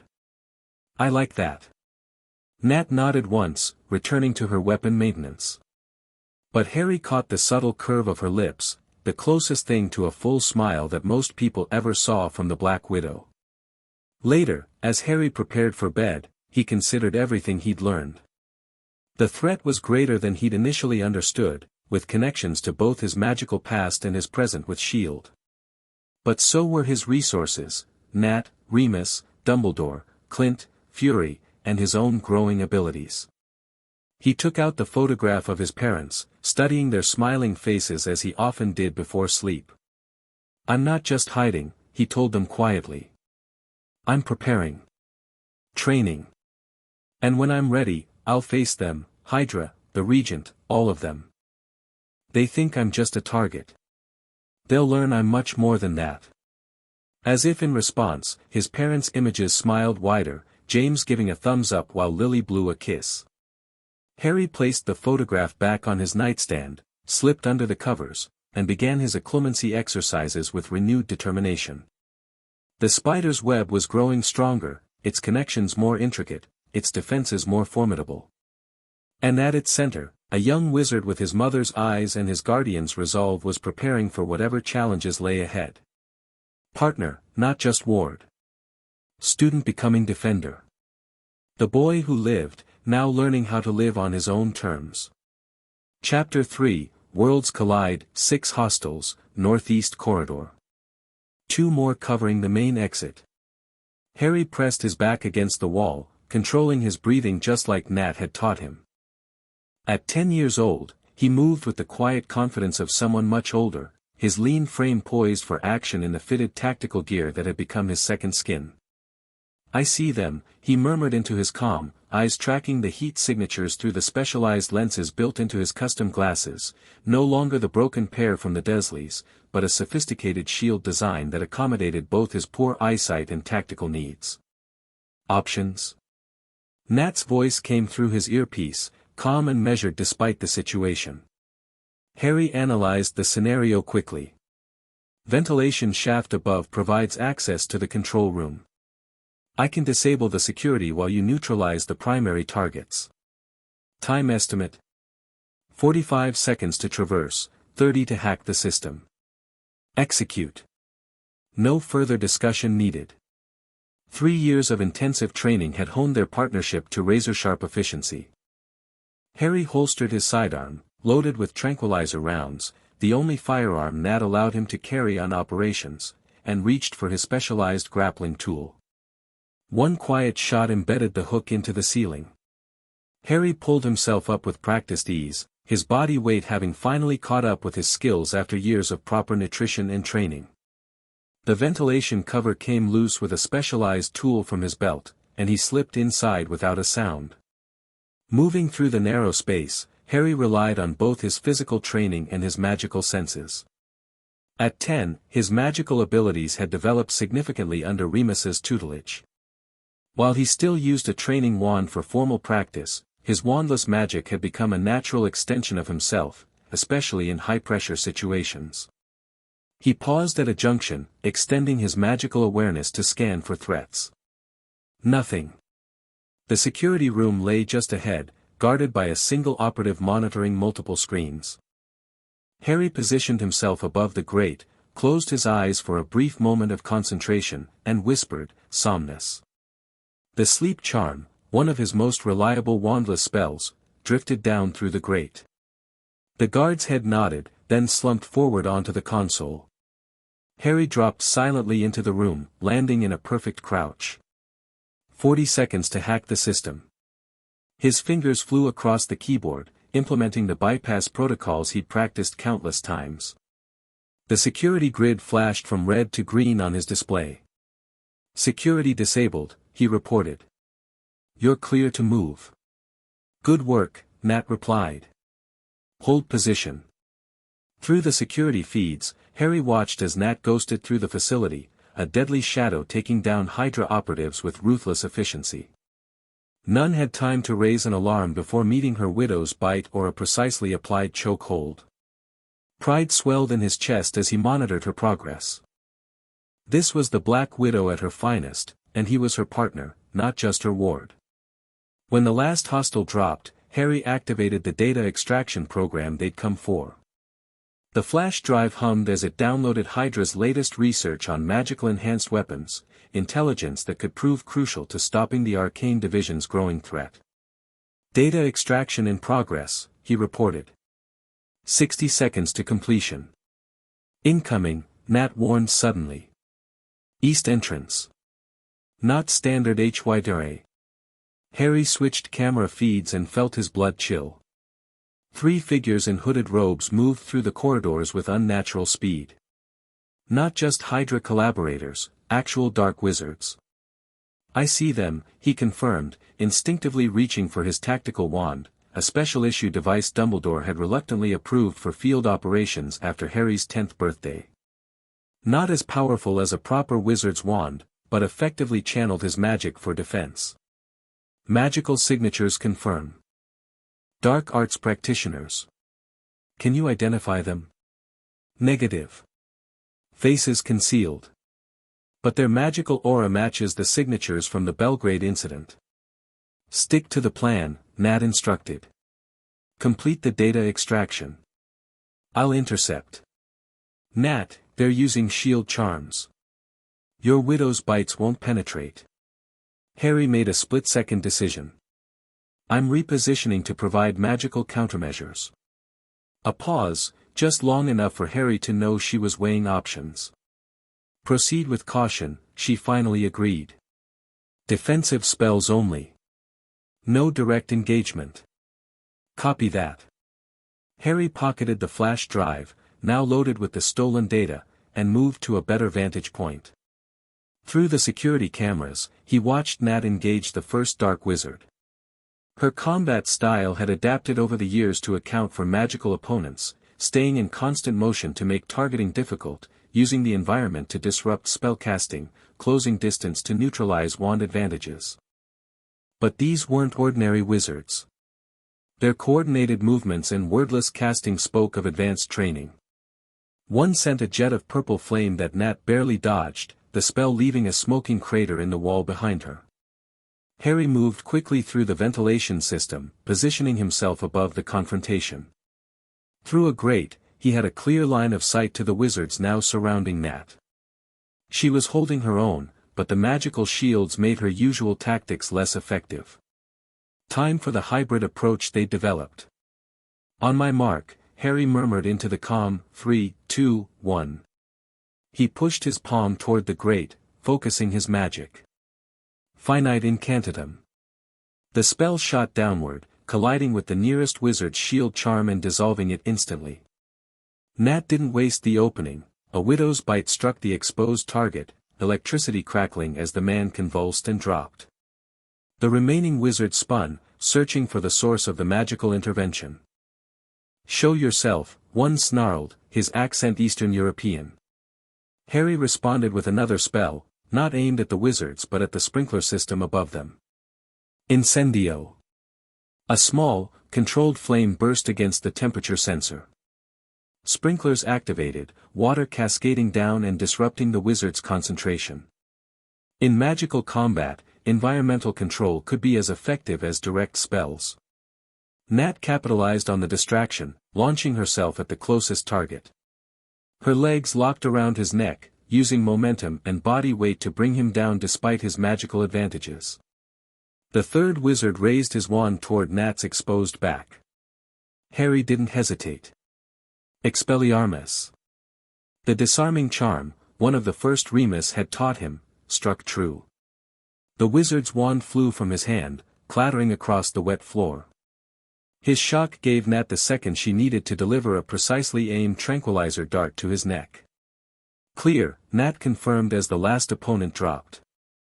Status on the data? Secured, Harry replied, already moving toward their rendezvous point. Extraction route be still viable. Meet you there. Good work with the sprinklers. Harry grinned despite the tension. From Nat, that qualified as effusive praise. 5 minutes later, they regrouped at their extraction vehicle, a nondescript van parked 3 blocks from the facility. Clint waited in the driver's seat, arrow knocked and ready just in case.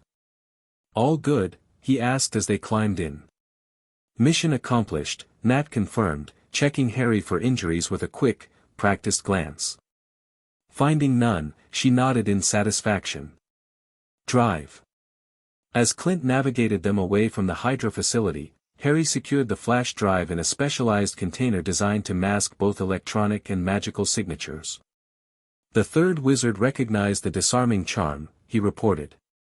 Called me the Potter boy before he went down. Nat's expression hardened. They've identified your magical signature. Was already a given, Clint pointed out from the front seat. Kid's got a pretty distinctive magical fingerprint, according to Dumbledore. Still problematic, Nat replied. It confirms they're specifically tracking Harry's casting patterns, not just following general magical traces. Harry nodded, understanding the implications. His unique combination of shield training and magical ability made him effective in the field but also distinctively identifiable. Each operation risked further exposure. We'll adjust protocols accordingly, Nat decided. More indirect magical applications, less traceable signatures. Remus has been teaching me to mask my magical aura, Harry offered. Like magical stealth mode. I'm getting better at it. Good. We'll accelerate that training. They reached the Quinjet hidden at their secondary extraction point without incident. Once airborne and on course back to S.H.I.E.L.D. headquarters, Nat finally allowed herself to relax marginally. First joint field operation, she noted, studying Harry with those assessing green eyes that missed nothing. Assessment? This was their standard post-mission routine, analytical, objective evaluation without sugarcoating. Harry considered the question seriously. Execution was efficient. Our coordination worked well. My magical countermeasures complemented your physical approach. He paused, then added honestly, but I took a calculated risk-breaking position to provide magical support. Why? Not criticism, just the Socratic method Nat often employed in training. Their shield charms neutralized your primary weapons. The tactical advantage of magical intervention outweighed the risk of exposure. Nat nodded slowly. Correct assessment. But next time, communicate your reasoning before action. Understood. Clint glanced back from the pilot's seat, grinning. You two and your robot debriefs. Normal people say things like, great job, or, you were awesome. We're not normal people, Harry pointed out with a smile. Ain't that the truth? Clint shook his head. 10 years old and already talking like a tactical manual. He's almost 11, Nat corrected. And tactical thinking keeps you alive. Harry's upcoming birthday hung in the air between them, unspoken but significant. 11 wasn't just any age for a wizard, it marked the transition to formal magical education. The question of Hogwarts loomed larger with each passing month. The remainder of the flight passed in comfortable silence. Harry reviewed the mission details in his mind, cataloging lessons for future reference. The Dark Wizard's coordination had been impressive, further evidence that the magical contingent working with Hydra was growing more organized. When they landed at S.H.I.E.L.D.'s upstate New York facility, Fury was waiting on the tarmac, a sure sign that something significant had developed during their absence. Sir, Nat greeted him, instantly alert to his tense posture. Romanoff. Successful operation? Yes. Data secured, minimal engagement. Potter performed admirably. Fury nodded, his single eye settling on Harry. Good. Because we've got a situation that needs addressing immediately. Hydra? Harry asked. No. Something else entirely. Fury handed Nat a folder. This arrived during your operation. Addressed specifically to Mr. Harry Potter, SHIELD Strategic Headquarters, classified location. Harry's eyes widened as Nat opened the folder to reveal a heavy parchment envelope with emerald green ink. Is that your Hogwarts letter? Fury confirmed. Somehow penetrated our highest security protocols to deliver itself directly to my desk. Our magical consultants are still trying to figure out how. Harry took the envelope with a mixture of excitement and trepidation. He'd known this was coming, had prepared for it, but the reality still felt momentous. The wax seal bore the Hogwarts crest, the lion, eagle, badger, and snake surrounding the letter H. That's not all, Fury continued grimly. 20 minutes after the letter arrived, we received a formal request for a meeting from representatives of the British Ministry of Magic. Apparently, they've finally noticed that their famous boy who lived isn't where they thought he was. Took them long enough, Clint muttered. Dumbledore's been running interference, Nat reminded them. Keeping Harry's location obscured from their bureaucracy. Well, that interference just ran out, Fury said. They're sending a delegation. Tomorrow. And they're not happy. Harry stared at the letter in his hands. The careful planning of the past 5 years, the delicate balance between his magical heritage and his life with SHIELD, was about to face its greatest test. We knew this day would come, Nat said calmly. We've prepared for it. Have we? Harry asked quietly. Because it feels like worlds colliding. Nat's eyes met his, steady and certain. That's exactly what it is. And we'll navigate it together. The ministry delegation arrived with all the subtlety of a diplomatic incident. 5 wizards apparat directly to SHIELD's designated arrival zone, a specially warded area Dumbledore had established years earlier for magical visitors. Their formal robes and imperious expressions immediately set the tone. This was not a friendly visit. Harry watched their arrival on the security monitors, standing between Nat and Director Fury in the observation room. Dumbledore had arrived hours earlier and now waited to greet the ministry officials, his calm presence a counterbalance to their obvious agitation. The one in front is Cornelius Fudge, Minister for Magic, Harry identified, drawing on his magical world education. Behind him is Bartemius Crouch from International Magical Cooperation, and that's Dolores Umbridge, Senior Undersecretary. You've done your homework, Fury noted approvingly. Remus made sure I understood wizard politics, Harry explained.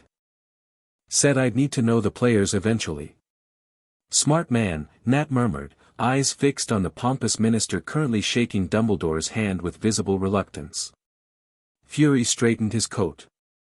Showtime. Remember the protocols. Limited information only. No details on operations, SHIELD structure, or Harry's training. They made their entrance precisely as planned, Fury first as director, then Nat as Harry's legal guardian, and finally Harry himself, dressed in simple but high-quality clothing that projected neither wizard nor agent but something uniquely in between. The Minister for Magic did a double take at Harry's appearance. Clearly, whatever reports had reached him hadn't prepared him for the composed, alert young man who stood before him rather than a cowering child. Mr. Potter, Fudge exclaimed, recovering quickly. My word, what a pleasure to finally meet you. The entire wizarding world has been wondering about your whereabouts these past years. Minister, Harry replied with a polite nod. I understand this visit was rather sudden. Well, yes, quite. Fudge adjusted his lime green bowler hat nervously. A matter of some urgency, you see. When the Hogwarts registry indicated your letter had been delivered to a Muggle military installation, there was naturally some concern. SHIELD isn't military, Fury corrected sharply. We're a strategic homeland intervention and intelligence agency. Yes, of course, Fudge said dismissively, clearly not caring about the distinction. The point remains, Harry Potter, living among Muggles with no magical oversight? Completely unacceptable. Harry felt Nat tense beside him but kept his own expression neutral. Actually, Minister, I've had excellent magical oversight. Professor Dumbledore has been personally involved in my education, and I've had regular instruction from Remus Lupin for over 5 years now. Umbridge stepped forward, her wide, toad-like face set in a simpering smile that didn't reach her eyes. Mr. Potter, surely you understand that proper magical upbringing cannot be provided by muggles, no matter how well-intentioned. Her gaze slid to Nat with undisguised disdain. Before Harry could respond, Dumbledore intervened smoothly. Perhaps we should continue this discussion in the conference room prepared for our meeting. Director Fury has graciously arranged refreshments. The tension eased marginally as they relocated to S.H.I.E.L.D.'s formal conference space, specially modified for this encounter with both technological and magical privacy measures in place.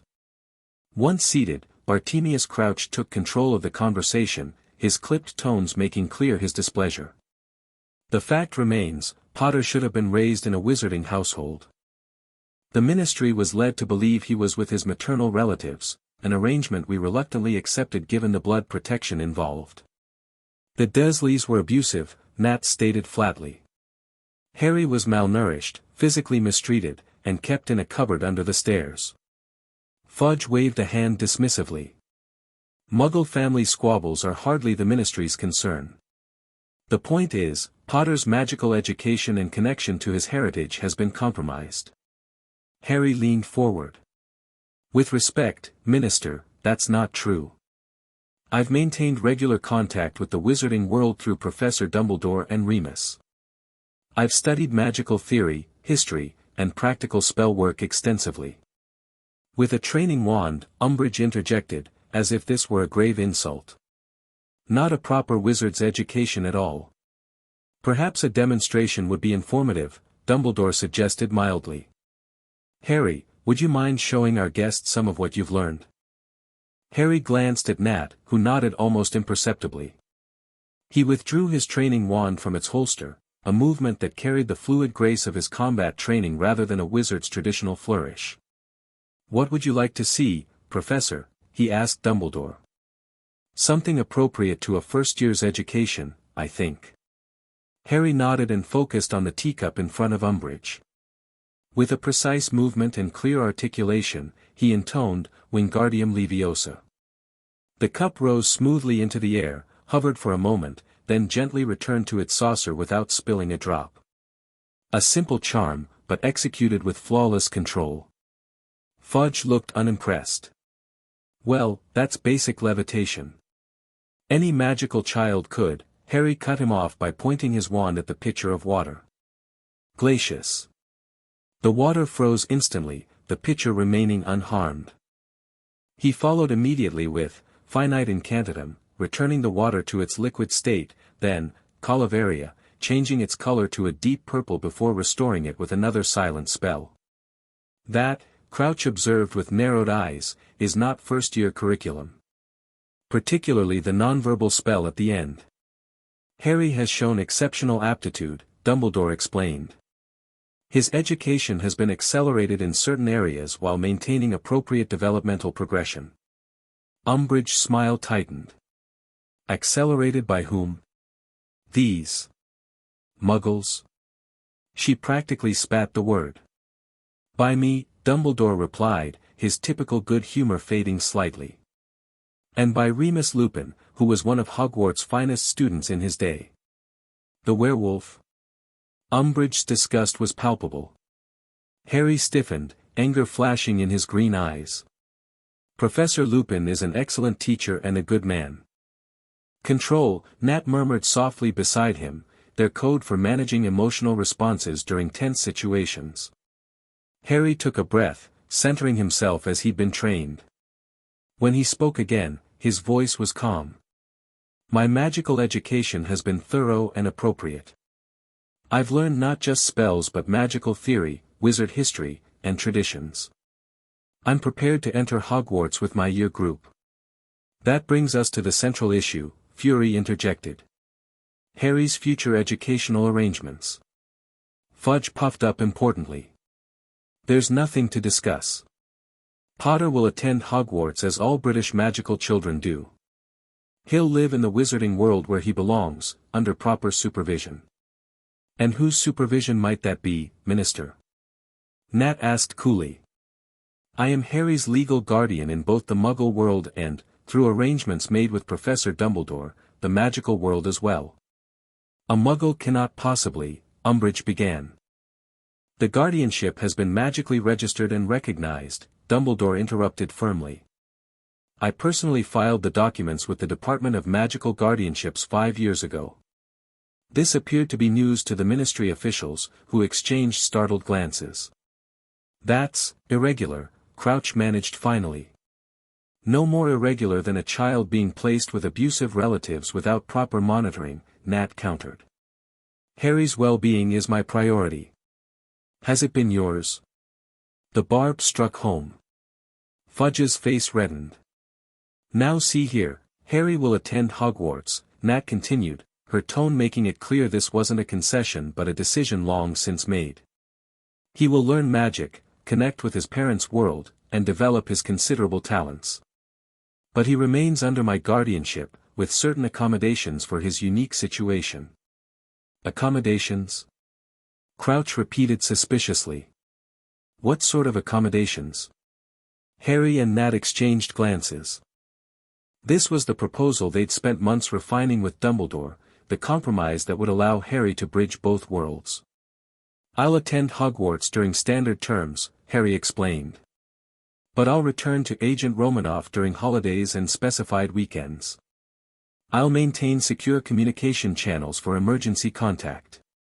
And I'll continue certain aspects of my non-magical education through correspondence. Preposterous! Umbridge exclaimed. Hogwarts students cannot simply come and go as they please. There are traditions, protocols, exceptions have been made before, Dumbledore pointed out. For students with unique family circumstances or special educational needs. Potter is not special in this regard, Crouch insisted. Harry raised an eyebrow. Aren't I? The boy who lived, targeted by Voldemort's followers who are now working with Hydra. I'd say my circumstances qualify as unique. The casual mention of Voldemort's name made Fudge and Umbridge flinch violently. That's another matter entirely, Fudge blustered. These accusations about you-know-whose followers collaborating with Muggle terrorists, pure speculation with no solid evidence. We have evidence, Fury stated flatly. Substantial evidence of dark wizards working with Hydra to track and capture magically enhanced individuals, with a particular focus on Harry Potter.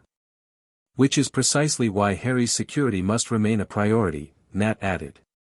His shield training is as essential to his survival as his magical education. A tense silence followed this declaration. Fudge looked increasingly uncomfortable, while Crouch seemed to be reassessing the situation with calculating eyes. Perhaps, Dumbledore suggested gently, we might focus on areas of agreement rather than conflict. Harry will attend Hogwarts. He will learn magic. He will connect with his heritage.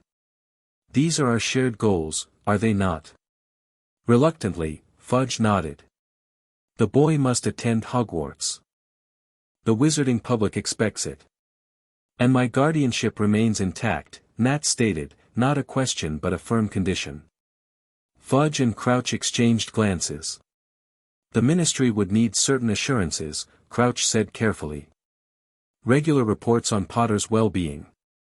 Compliance with magical education requirements. No interference with his development as a wizard.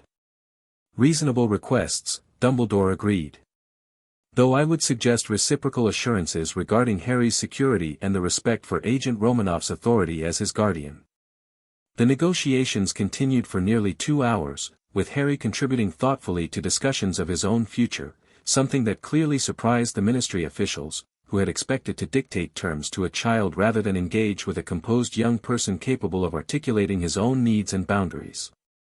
When the basic framework was finally agreed upon, Fudge mopped his brow with a handkerchief. Well, this is all highly irregular, but given the unique circumstances, the Ministry is prepared to be flexible. How generous, Nat murmured, just quietly enough that Fudge chose to ignore it. There remains the matter of Mr. Potter's introduction to the wizarding public, Crouch noted. His return will create considerable sensation.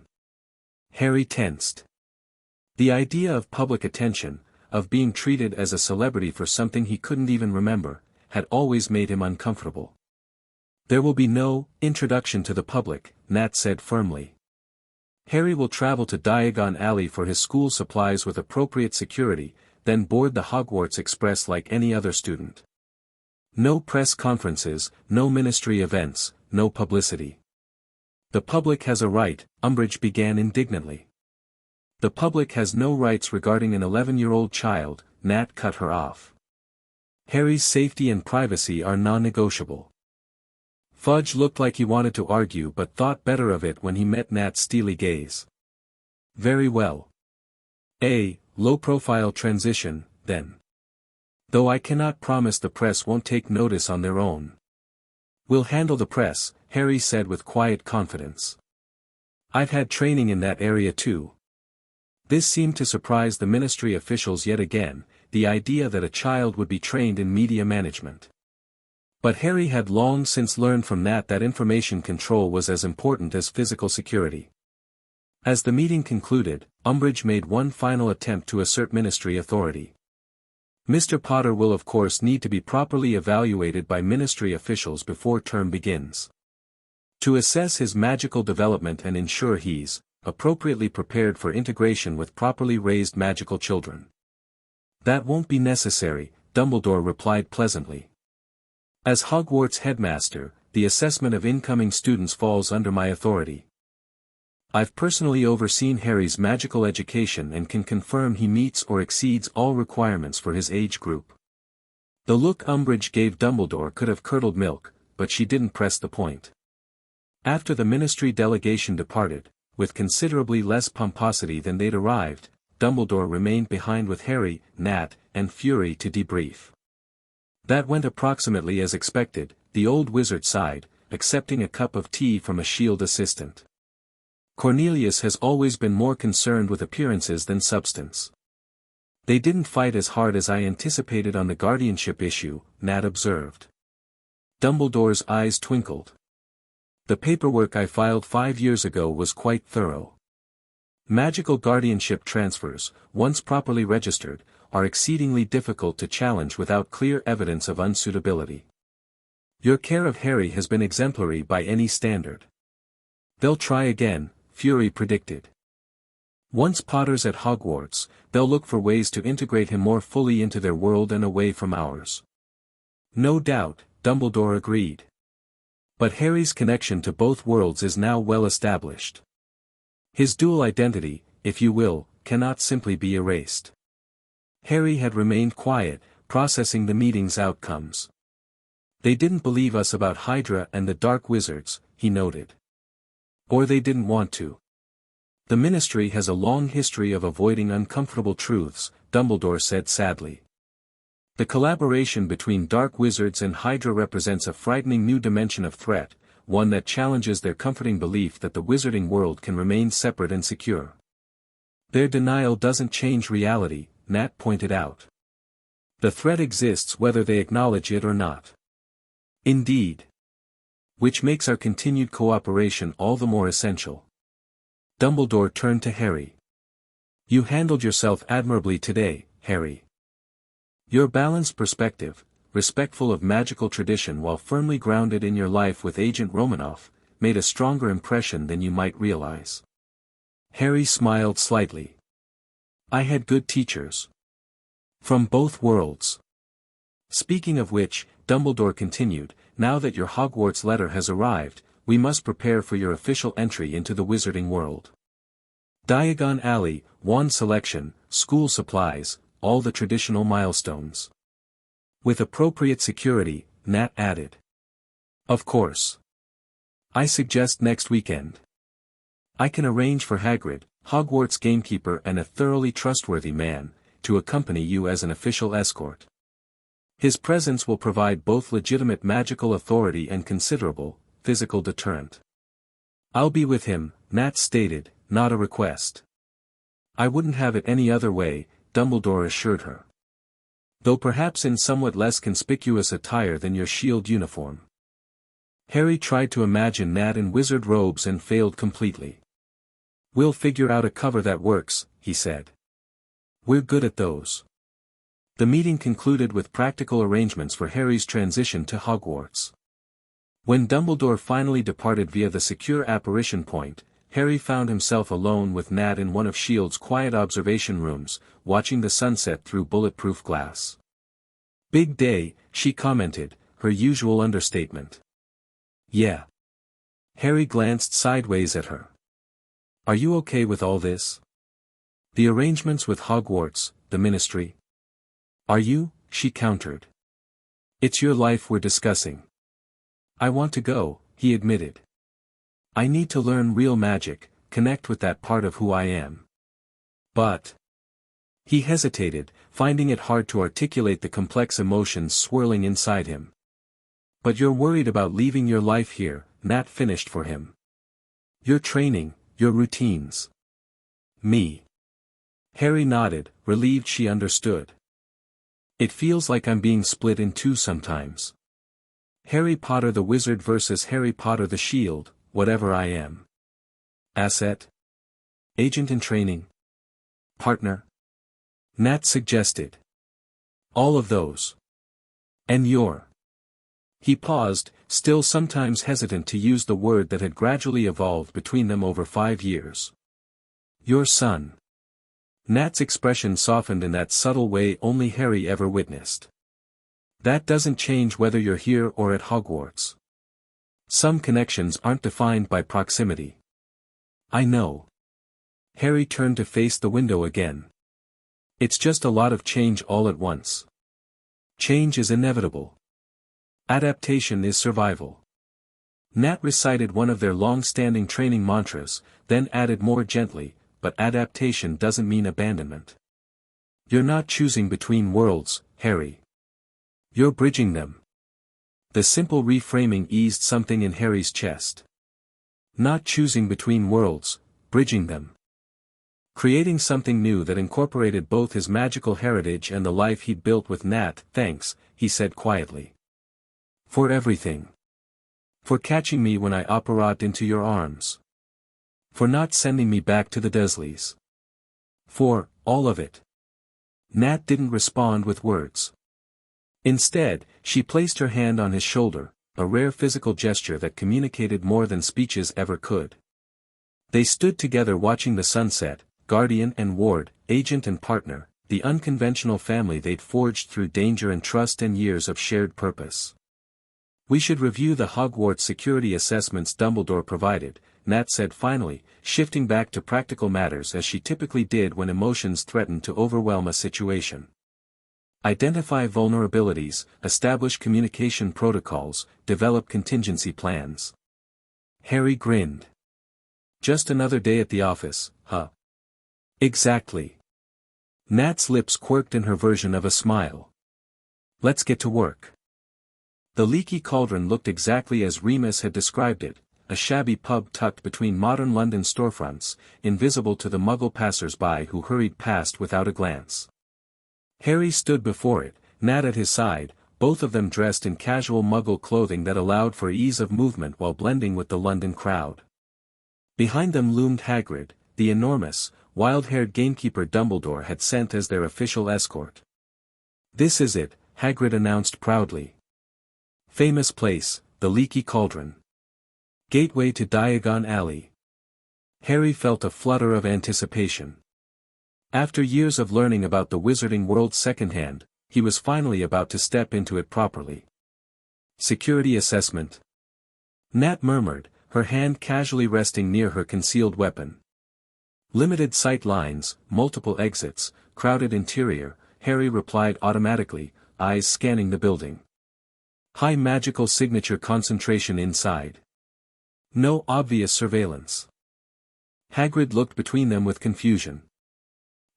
It's just a pub, really. Bit shabby, but safe enough." Harry and Nat exchanged small smiles. Their habit of tactical evaluation was second nature now, sometimes they forgot how it sounded to others. "Let's proceed," Nat decided, adjusting the scarf that partially obscured her distinctive red hair. They'd decided against magical disguises, which could trigger warning systems, opting instead for subtle physical alterations to reduce immediate recognition.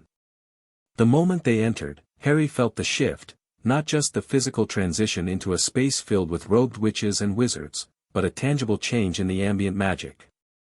His senses, honed by years of training with Remus, detected layers of protective spells, preservation charms, and the unique magical signatures of dozens of wands.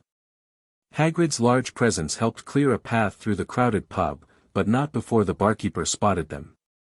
"Good Lord," the man gasped, can it be?" The pub went suddenly still, all eyes turning toward Harry. "Bless my soul," the barkeeper whispered. "Harry Potter, what an honor." Before Harry could respond, he found himself surrounded by eager witches and wizards, all pushing forward to shake his hand or touch his robes, voices calling his name with a reverence that made him deeply uncomfortable. "Mr. Potter, such a pleasure. Welcome back to our world, Mr. Potter. Can I just shake your hand? My family owes you such a debt." Nat shifted subtly closer, her body language communicating clear warning to anyone who might press too close. But these were not threats to be neutralized, just enthusiastic civilians overwhelming in their attention. All right, that's enough," Hagrid boomed, using his massive frame to create space around Harry. "Give the lad some breathing room. He's just here for his school supplies, same as any other first year." Gradually, the crowd eased back, though the excited whispers continued. Harry maintained the composed, slightly reserved expression Nat had taught him for public appearances, polite but not inviting further interaction. "That's the first wave," Nat murmured as Hagrid led them toward the rear of the pub. "Word will spread quickly." Harry nodded. They'd anticipated this reaction. His first public appearance in the wizarding world was bound to create sensation. What mattered was controlling the narrative that followed.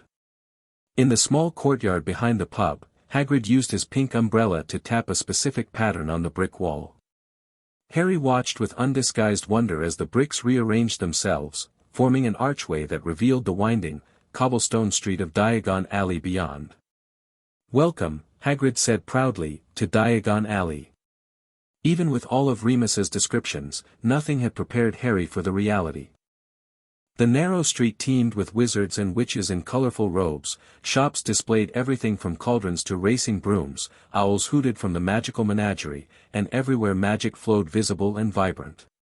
For a moment, Harry simply absorbed it all, categorizing the sights systematically as his training dictated while simultaneously allowing himself to feel the childlike wonder appropriate to an 11-year-old discovering magic. "Pretty impressive, right?" Hagrid grinned down at him. "It's amazing," Harry admitted honestly. "Just like Remus described, but more." Nat was scanning the area with professional assessment, noting exits, crowd patterns, potential vantage points. "We should proceed to Gringotts first," she said, referencing their carefully planned itinerary. "Right you are," Hagrid agreed. "Need money before you can shop. And I've got that other bit of business for Dumbledore anyway." They made their way down the alley, Harry acutely aware of the whispers and pointing that followed them. The reactions weren't solely for him, he noted with amusement. Hagrid's enormous presence drew plenty of attention, and more than a few curious glances fell on Nat, whose alert posture and subtle grace marked her as different from the typical wizard or witch despite her carefully chosen clothing. Gringotts Bank loomed ahead, its snowy white marble facade standing out among the smaller shops. Goblin guards flanked the burnished bronze doors, their sharp eyes tracking every visitor. "Nat," Harry whispered, "the guards are carrying ceremonial halberds, but see the secondary weapons concealed in their vests." She nodded approvingly. "Good catch. Always identify all potential weapons in a new environment." Hagrid overheard this exchange and looked bewildered. "Blimey, that's an odd thing to be noticing.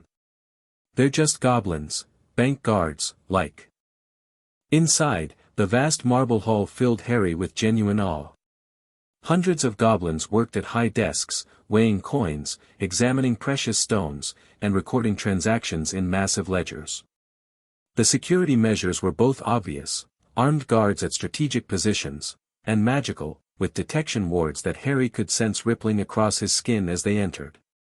A senior goblin assisted them with accessing Harry's vault, examining the key Dumbledore had provided with suspicious thoroughness before declaring it authentic.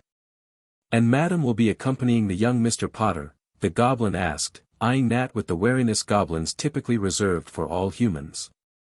"Yes," Nat replied simply. "I'm his guardian." Something in her tone, the absolute certainty of her authority, seemed to impress the goblin, who nodded without further question. The wild cart ride to Harry's vault provided an unexpected thrill.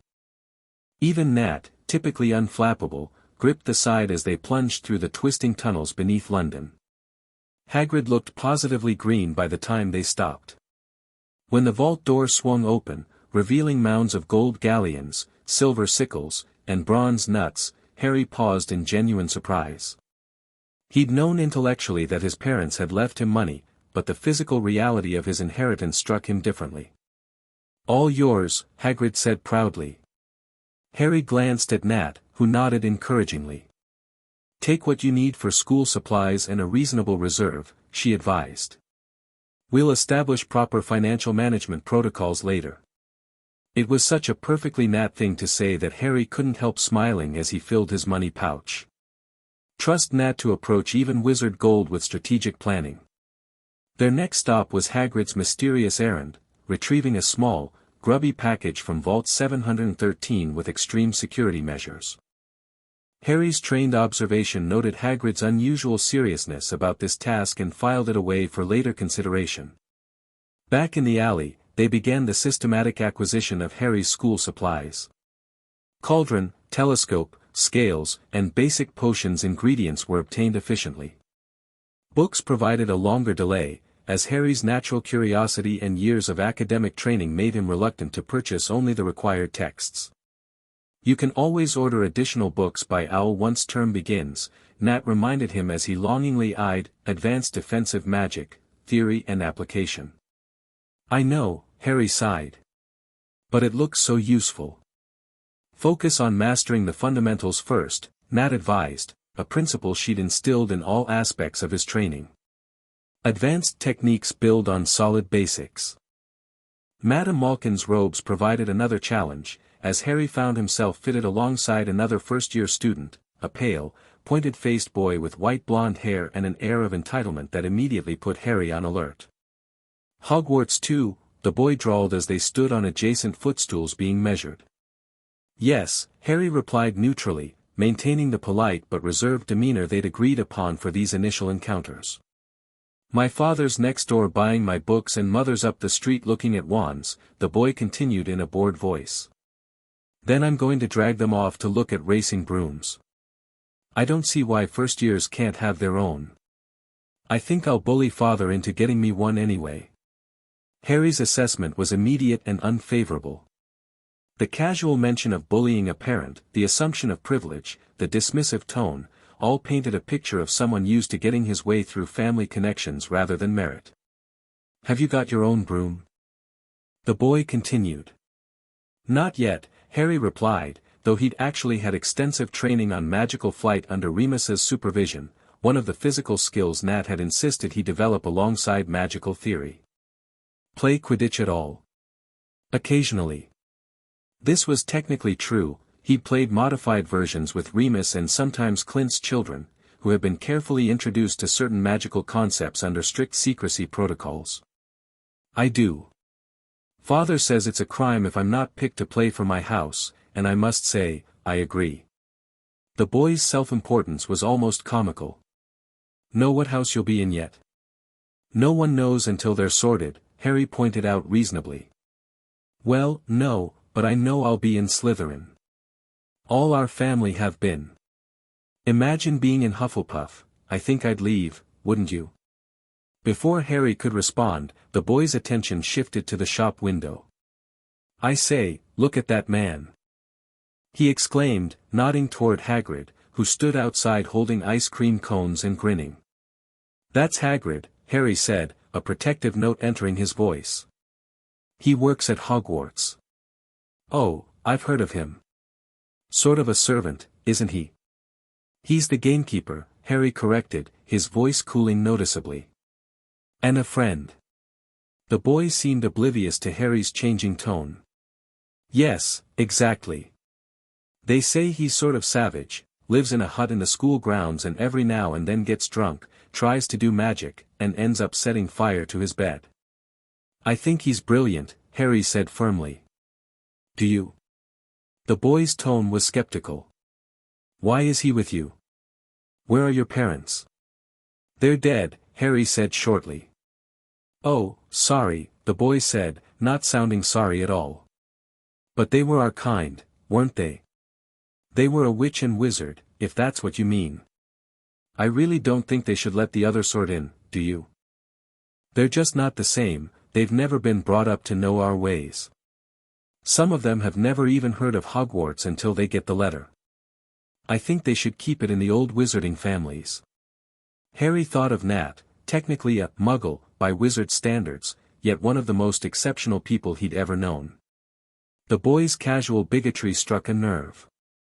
Magical ability appears regardless of family history, he said coolly.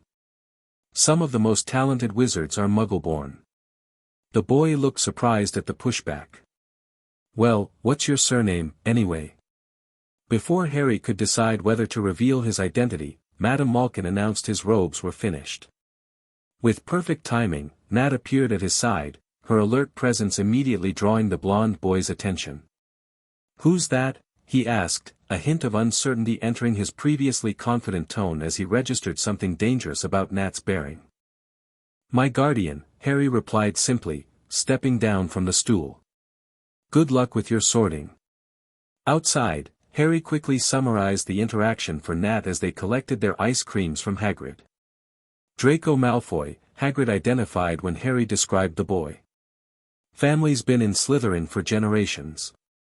His father, Lucius, was a Death Eater, claimed he was under the Imperius curse after you-know-who fell, got himself cleared. Nat filed this information away with a nod. First direct encounter with wizard prejudice, she noted. How did you feel about it? This was typical of Nat's training approach, analyzing emotional responses to challenging situations as carefully as tactical ones. It was instructive, Harry replied thoughtfully. I've read about blood purism in wizard culture, but experiencing it directly was different. His assumptions were so automatic, so unexamined. And your response? Controlled opposition without escalation, Harry recited from their conflict management protocols. I disagreed without revealing personal details or creating unnecessary confrontation. Hagrid looked between them with growing confusion. Blimey, you two talk like you're reviewing a mission or something. Harry and Nat exchanged small smiles but didn't elaborate. Their final and most significant stop was Ollivander's, the wandmaker's shop. The moment Harry stepped inside, he felt the concentration of magical energy, thousands of wands, each with its own unique properties, creating a symphony of potential that his trained magical senses could perceive. Good afternoon, said a soft voice from the shadows. Mr. Ollivander stepped forward, his pale eyes shining like moons through the gloom of the shop. I wondered when I'd be seeing you, Mr. Potter. The wandmaker's uncanny ability to recognize him immediately was unnerving, even more so when he began reciting the exact specifications of Harry's parents' wands from memory.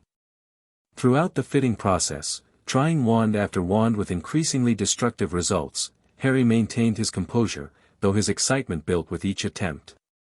When he finally grasped the Holly and Phoenix feather wand, the connection was immediate and undeniable. Warm golden sparks shot from the end, illuminating the shop with dancing light. The raw power flowing through him was unlike anything he'd experienced with the training wand, more focused, more responsive, as if a circuit had finally been completed. Curious, Ollivander murmured, watching Harry with those silvery eyes. Very curious. Sorry, Harry said, but what's curious? I remember every wand I've ever sold, Mr. Potter. Every single wand. And it so happens that the phoenix whose tail feather resides in your wand gave another feather, just one other.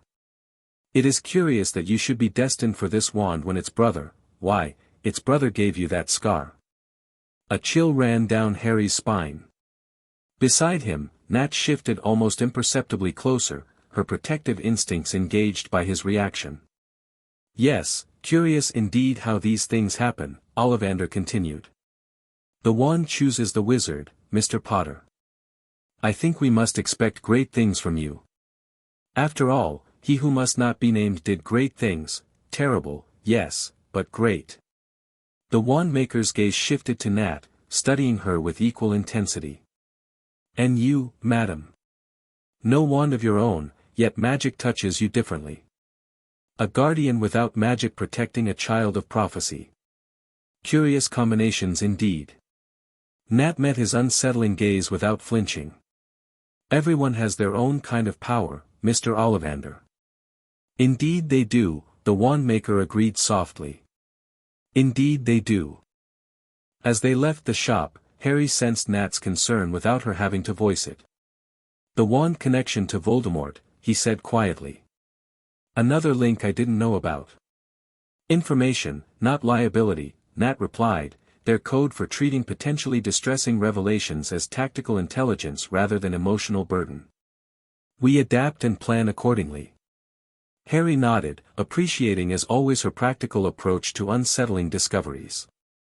Their shopping complete, they made one final stop at Aesop's Owl Emporium, where Hagrid insisted on purchasing Harry's birthday present, a beautiful snowy owl that regarded him with amber eyes as intelligent as they were beautiful. For communicatin with home, Hagrid explained with a meaningful look toward Nat, fastest way to send messages in our world. The gesture touched Harry deeply. The owl, whom he would later name Hedwig, would provide not just a pet but a critical communication link between his two worlds. Secure, untraceable by conventional means, and able to find him regardless of location. As they prepared to depart Diagon Alley, Harry felt the weight of the day's experiences, the wonder of the magical shops, the uncomfortable celebrity status, the bigotry of Malfoy, the unsettling wand connection to Voldemort. So much to process, so many new variables to incorporate into his understanding of the world he was about to enter more fully. You're quiet, Nat observed as they walked back toward the leaky cauldron, Hagrid leading the way with Harry's packages. Just integrating, Harry replied, using another of their training terms for processing complex new information. It's a lot. Too much. No. Just. He searched for the right words. Different than I imagined. More real, somehow. Nat nodded understanding. Reality always has more dimensions than preparation can account for. That's why adaptability matters more than perfect planning. I know. Harry glanced sideways at her. I'm glad you were here for this. To see it with me. Something soft flickered across Nat's expression. I'm glad too. The remaining weeks before September 1st passed in a flurry of preparation. Harry divided his time between studying his new magical textbooks, practical sessions with his wand under Remus's supervision, and intensive SHIELD protocol reviews with Nat.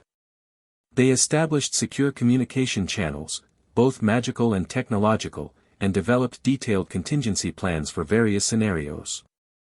Harry memorized extraction points, emergency contacts, and coded messages that could be embedded in seemingly innocent letters home.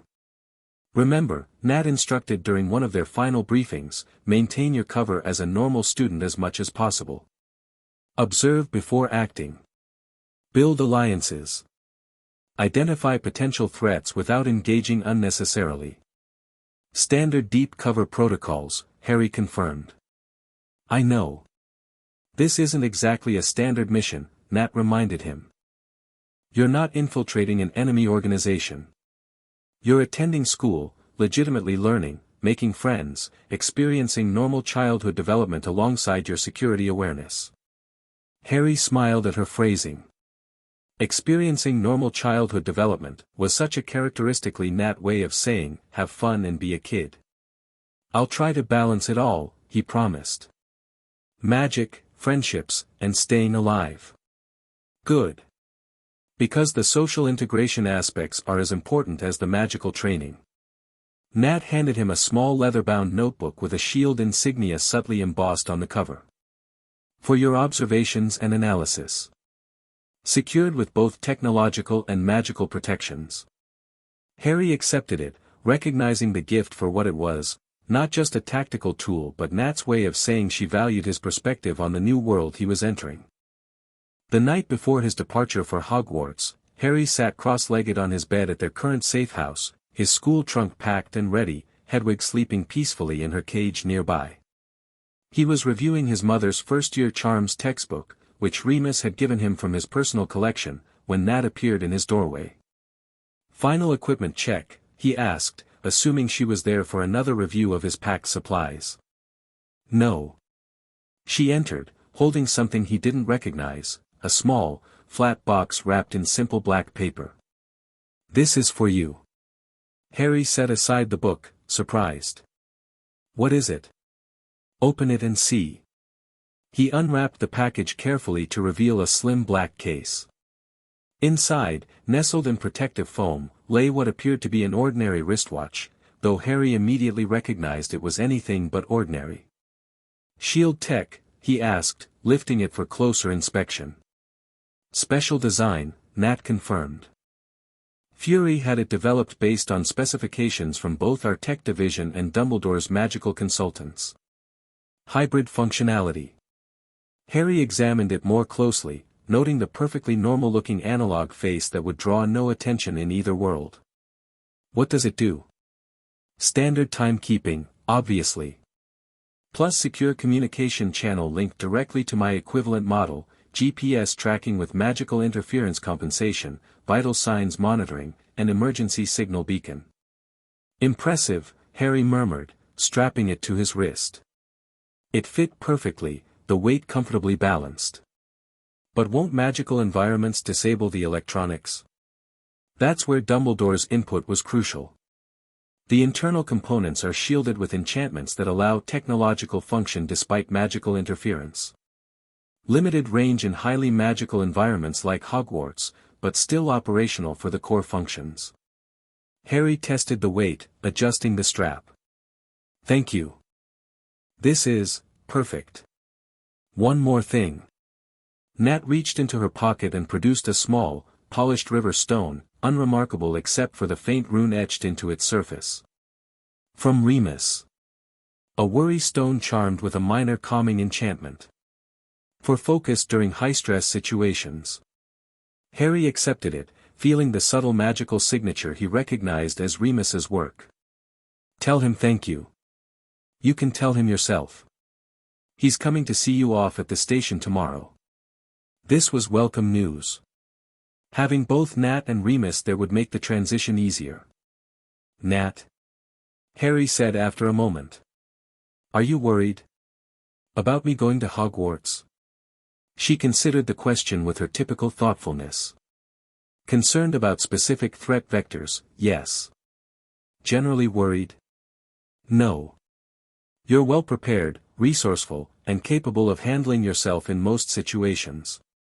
But Hogwarts represents a complex operational environment with variables we can't fully predict or control. New social dynamics, unfamiliar authority structures, potential hidden threats. So, you are worried." Nat's lips quirked in a small smile. "I'm appropriately concerned in proportion to the situation's complexity." "That's different from worry." Harry laughed. "If you say so."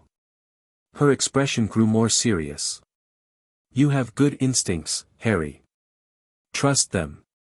You've been trained to assess threats, evaluate people, and make sound tactical decisions. But don't let hypervigilance prevent you from experiencing what Hogwarts has to offer." "I'll try to find the balance," he promised. "That's all anyone can do." Nat moved toward the door, then paused. "Get some sleep. Tomorrow will be eventful." "Nat?" Harry called as she turned to leave. "Thanks. For everything. These past 6 years, I mean." She looked back at him, her expression softening in that way only he ever witnessed. "Good night, little one." Harry replied in the Russian she'd taught him over the years. After she left, Harry examined the watch again, appreciating the thoughtful combination of shield technology and magical accommodation. Then he picked up the worry stone, feeling its smooth surface between his fingers. 2 gifts from his 2 worlds, practical protection from Nat, magical comfort from Remus. Maybe bridging these worlds wouldn't be as impossible as it sometimes seemed. King's Cross Station bustled with the usual Monday morning commuter traffic, Muggles rushing to work oblivious to the hidden magical platform that existed alongside their ordinary world. Harry stood between Nat and Remus, pushing a trolley loaded with his trunk and Hedwig's cage. He wore simple, well-made Muggle clothing, jeans, trainers, and a button-down shirt, saving his wizard robes for the train. Platform 9 3/4 is just through that barrier, Remus explained, nodding toward the seemingly solid wall between platforms 9 and 10. Walk straight at it with purpose. Best do it at a bit of a run if you're nervous. I'm not nervous, Harry said automatically, then caught Nat's knowing look. Okay, maybe a little. It's natural, Remus assured him. I remember my first time boarding the Hogwarts Express. Your father was bouncing with excitement, but your mother was quiet, taking everything in, much like you do. These small connections to his parents always meant a great deal to Harry. He nodded, adjusting his glasses, no longer the broken pair from the Dursleys but a stylish, durable frame that contained various shield enhancements while looking perfectly ordinary. Remember our communication protocols, Nat said quietly. Regular check-ins through approved channels.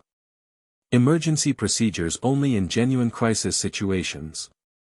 I know, Harry assured her. We've reviewed it dozens of times.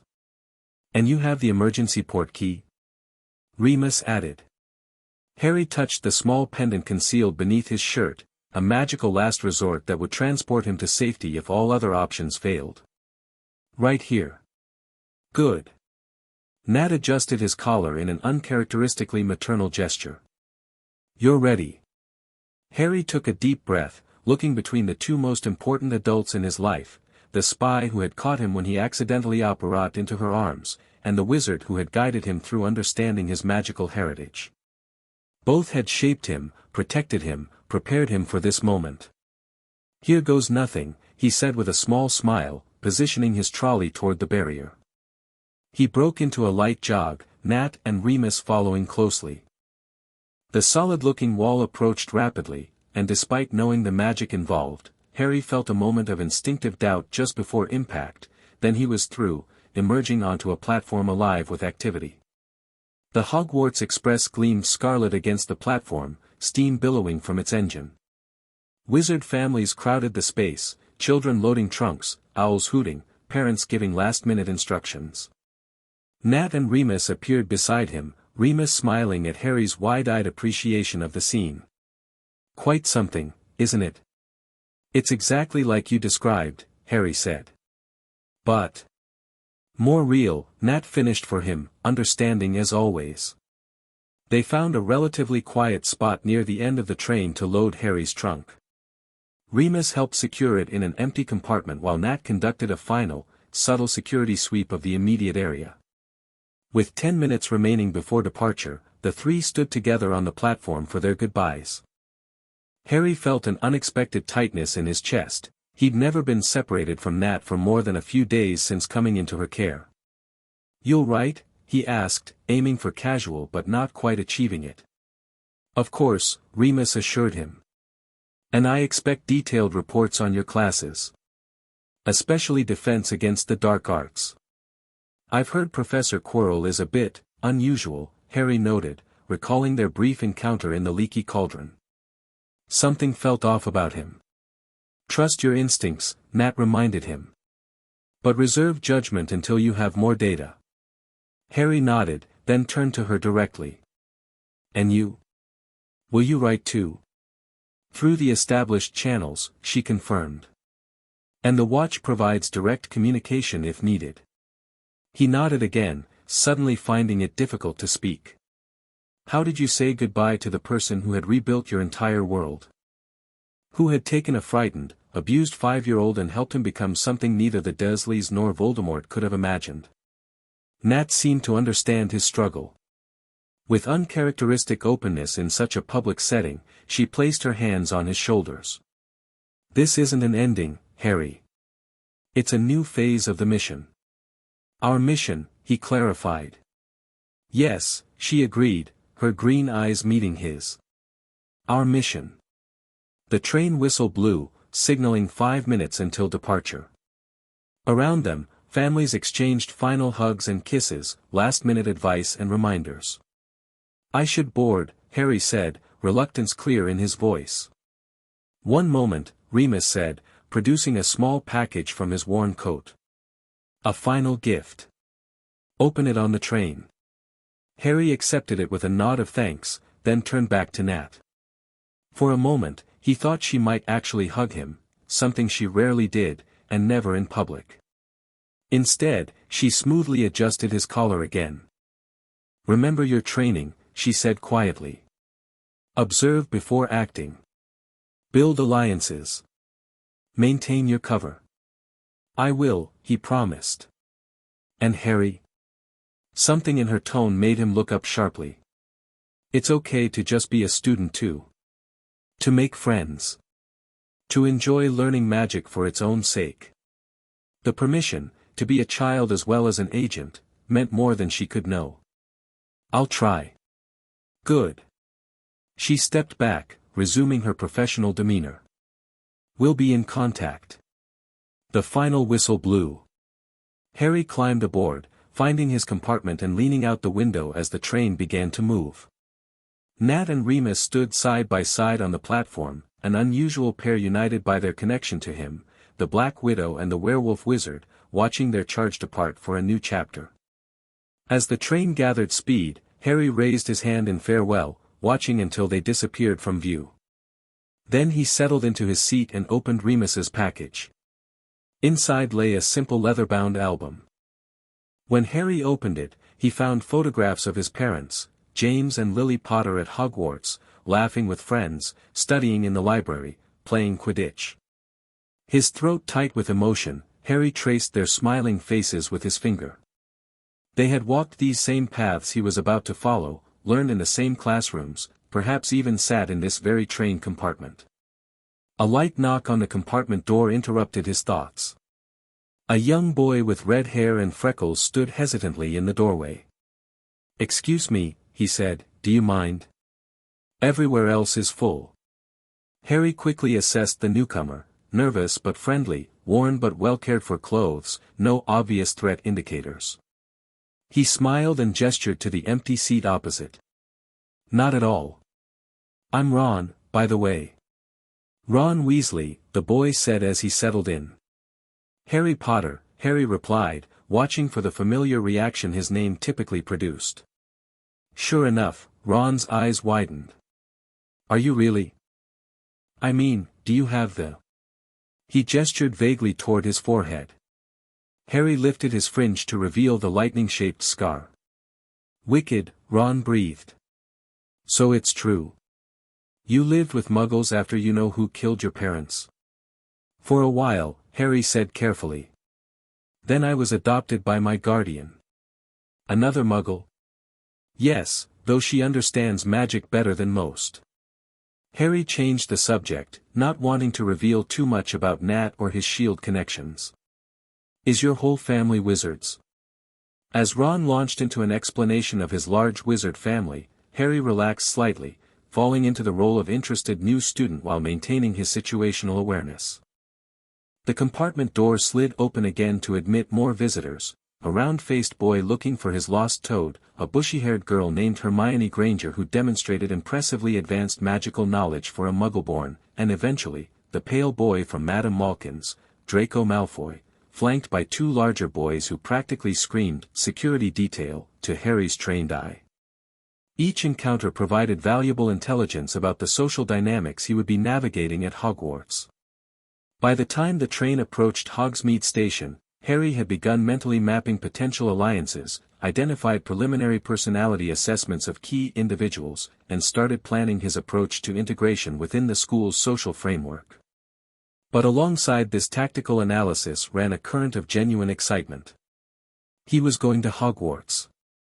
He was going to learn real magic, with a real wand.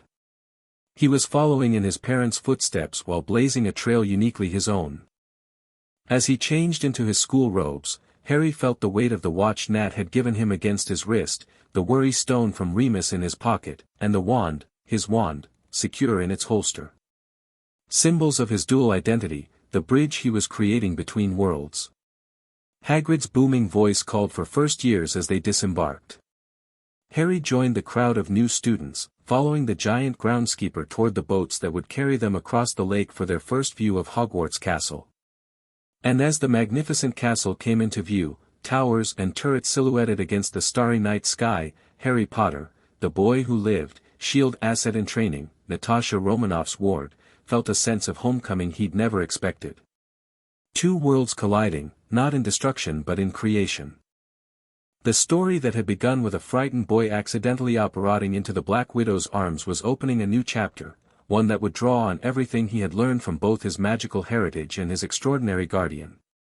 Whatever challenges lay ahead, Harry knew one thing with absolute certainty: he was ready to face them. The end. Thank you for watching this video. Please be sure to subscribe to our channel and like this video.